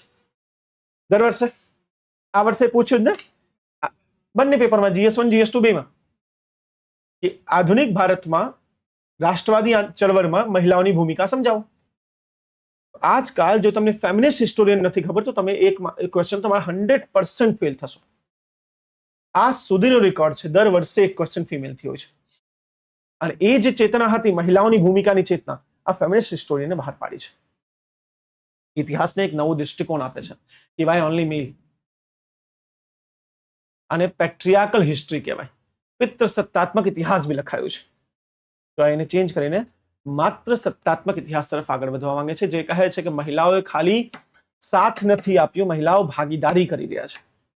જેમ કે ઇન્ટરેસ્ટિંગ એક્ઝામ્પલ એને આપ્યું છે અસહયોગ ચળવળથી લઈને મીઠા ઉપાડવાની જે ઘટના હતી, જેને આપણે સિવિલ ડિસોબિડિયન્સ મુવમેન્ટ કહીએ છીએ. આ બંને ભૂમિકામાં મહિલાઓની ભૂમિકા શું હતી? જ્યાં પુરુષ પબ્લિક સ્પેરમાં કામ કરી રહ્યા હતા, મહિલાઓ પ્રાઇવેટ સ્પેરમાં રાષ્ટ્રવાદ લઈ આવતી હતી. ફેમિનિસ્ટ હિસ્ટોરિયને જબરજસ્ત રિલેટ કર્યું છે એ ઘરને રાષ્ટ્રથી. જ્યારે પુરુષ બહાર ચળવળ કરવા ગયો છે તો મહિલાઓ ઘર સંભાળીને એ ચળવળમાં ભાગીદારી બને છે. તો વી આર નોટ સપ્લિમેન્ટરી, સહાયક નથી, સહકારી છીએ, સાથે મળીને કામ કરી છે, સહાયક નથી. We are companion, not supplementary. અને ફેમિનિસ્ટ હિસ્ટોરિયન કહેવામાં આવે છે, જે આજકાલ બહુ ફેમસ છે, પણ ફેમિનિસ્ટ હિસ્ટોરિયનથી ડાયરેક્ટ ક્વેશ્ચન નથી આવતા, ક્વેશ્ચન મહિલાઓથી આવે છે, જે અમને શોધીને આપ્યો નથી. કે મહિલામાં રાષ્ટ્રવાદી ચળવળમાં મહિલાઓની ભૂમિકા, ક્રાંતિકારી ચળવળમાં મહિલાઓની ભૂમિકા, ભારતના રાષ્ટ્રવાદ ફેલાવવામાં મહિલાઓની ભૂમિકા, અથવા તો મહિલા રાઇટર ઉપર પ્રશ્નો, આ ફ્રીક્વન્ટ ક્વેશ્ચન જીપીએસસીમાં બની રહ્યા છે. ઓકે, તો આ રીતે આજે આપણે પહેલો ચેપ્ટર ભારતમાં ઇતિહાસ લેખનની શાળાઓ એની ચર્ચા કરી. થોડા ક્વેશ્ચન એન્ડ કરવા પહેલા તમારી સાથે ડિસ્કસ કરું જે હવે બની શકે છે. ભારતીય ઇતિહાસનું લેખન વિચારધારાઓનું યુદ્ધભૂમિ રહ્યું છે. ઇતિહાસ લેખનની વસાહતી અને રાષ્ટ્રવાદી શાળાઓ વચ્ચેના મૂળભૂત તફાવતોનું વિવેચનાત્મક પરીક્ષણ કરો. લખી લેશો હવે યુદ્ધભૂમિ કઈ રીતે લખી લેશો, કોને કયા વિચાર આપ્યા છે. પછી કોલોનિયલ હિસ્ટ્રી અને રાષ્ટ્રવાદી હિસ્ટ્રીની વચ્ચે તફાવત લખી લેશો, બે લખાવી છે તમને. જેમ્સ મિલ દ્વારા પ્રસ્તાવિત ભારતીય ઇતિહાસના સમયગાળાની તુલના રાષ્ટ્રવાદી ઇતિહાસકારો સાથે કરો, કરી લેશો. જેમ્સ મિલે શું કર્યું? Hindu, Muslim, British history. રાષ્ટ્રવાદીઓએ કન્ટિન્યુઅસ હિસ્ટ્રી. વિભાજિત સામ્રાજ્ય, એકલ સામ્રાજ્ય, then stagnant society, dynamic society. તફાવત લખી લેશો ને, લખાયો છે ઓલરેડી. વસાહતી ઇતિહાસ લેખન પ્રત્યે રાષ્ટ્રવાદી પ્રતિભાવ અજાણતા ભારતીય ઇતિહાસના સાંપ્રદાયિકરણ તરફ કેટલી હદ સુધી દોડી ગયું. તમને ખબર છે કે એક હજી શાખા છે ઇતિહાસ લેખન, જેને આપણે કમ્યુનલિસ્ટ હિસ્ટ્રી કહીએ છીએ. એ દરેક વસ્તુને ધર્મના દૃષ્ટિથી જુએ. જેમ્સ મિલ એ શાખાના હતા. જેમ્સ મિલે ભારતના ઇતિહાસને હિન્દુ મુસ્લિમમાં કન્વર્ટ કરી દીધું હતું. તો આ એ જ કહી રહ્યો છે કઈ રીતે, કેટલા હદે એને ભારતના સાંપ્રદાયિકતાનું પ્રોત્સાહન આપ્યું છે, અતિશય. ઠીક. ભારતમાં ઇતિહાસ લેખન રાજા અને યુદ્ધોથી સામાજિક આર્થિક માળખા તરફ આગળ વધ્યું છે. રાષ્ટ્રવાદી શાળાથી માર્ક્સવાદી શાળાના આ ઉત્ક્રાંતિ ટ્રેસ કરો. રાષ્ટ્રવાદીથી કઈ રીતે માર્ક્સવાદી સુધી પહોંચ્યું છે, લખી લેશો. નેક્સ્ટ, 19મી સદીના સ્વદેશી ઐતિહાસિક લેખનના વિકાસ પર ઐતિહાસિક સંશોધનની પશ્ચિમ પદ્ધતિઓ, એપિગ્રાફી, પુરાતત્વ અને સિક્કા શાસ્ત્રની અસરની ચર્ચા કરો. આપણે કીધું કે રાષ્ટ્રવાદી ઇતિહાસકારે કોલોનિયલ હિસ્ટ્રી ના ફાઇન્ડિંગ્સ ને એને જે લખ્યું છે એનો વિરોધ કર્યો છે, પરંતુ સ્ત્રોતનો ઉપયોગ એમને બી સેમ જ કર્યો છે. સિક્કા શાસ્ત્ર, ક્રોનોલોજી, એ બધાનું. ઓકે, આ થોડાક એવા પ્રશ્નો છે જે એઝ ઇટ ઇઝ તમારા નિબંધમાં પૂછાઈ શકે, અને નિબંધમાં ના પૂછાય તો જીએસમાં તો પૂછાય છે, પણ ટ્રસ્ટ મી નિબંધમાં વધારે પૂછાય છે. મને કાલના ડીવાયએસનું પેપર આપણે પીડીએફ થોડાક નિબંધ 5 મિનિટ ડિસ્કસ કરી લઈએ. ખાલી આ લેક્ચર એન્ડ કરી દઉં, પછી આપણે ડિસ્કસ કરીએ. અહીંયા સુધી કોઈ વિદ્યાર્થીને કંઈ પૂછવું હોય, જાણવું હોય તો પ્લીઝ આસ્ક મી. જોવા માટે વ્યૂઝ ખૂબ જ ઓછા છે મારા લેક્ચરમાં, 125 ની આજુબાજુ છે. Watch are 60%, one of the highest. અમારા લેક્ચર ઓછા જ જુએ, પણ જે જુએ એ મૂકતા જ નથી, કન્ટિન્યુ હોય.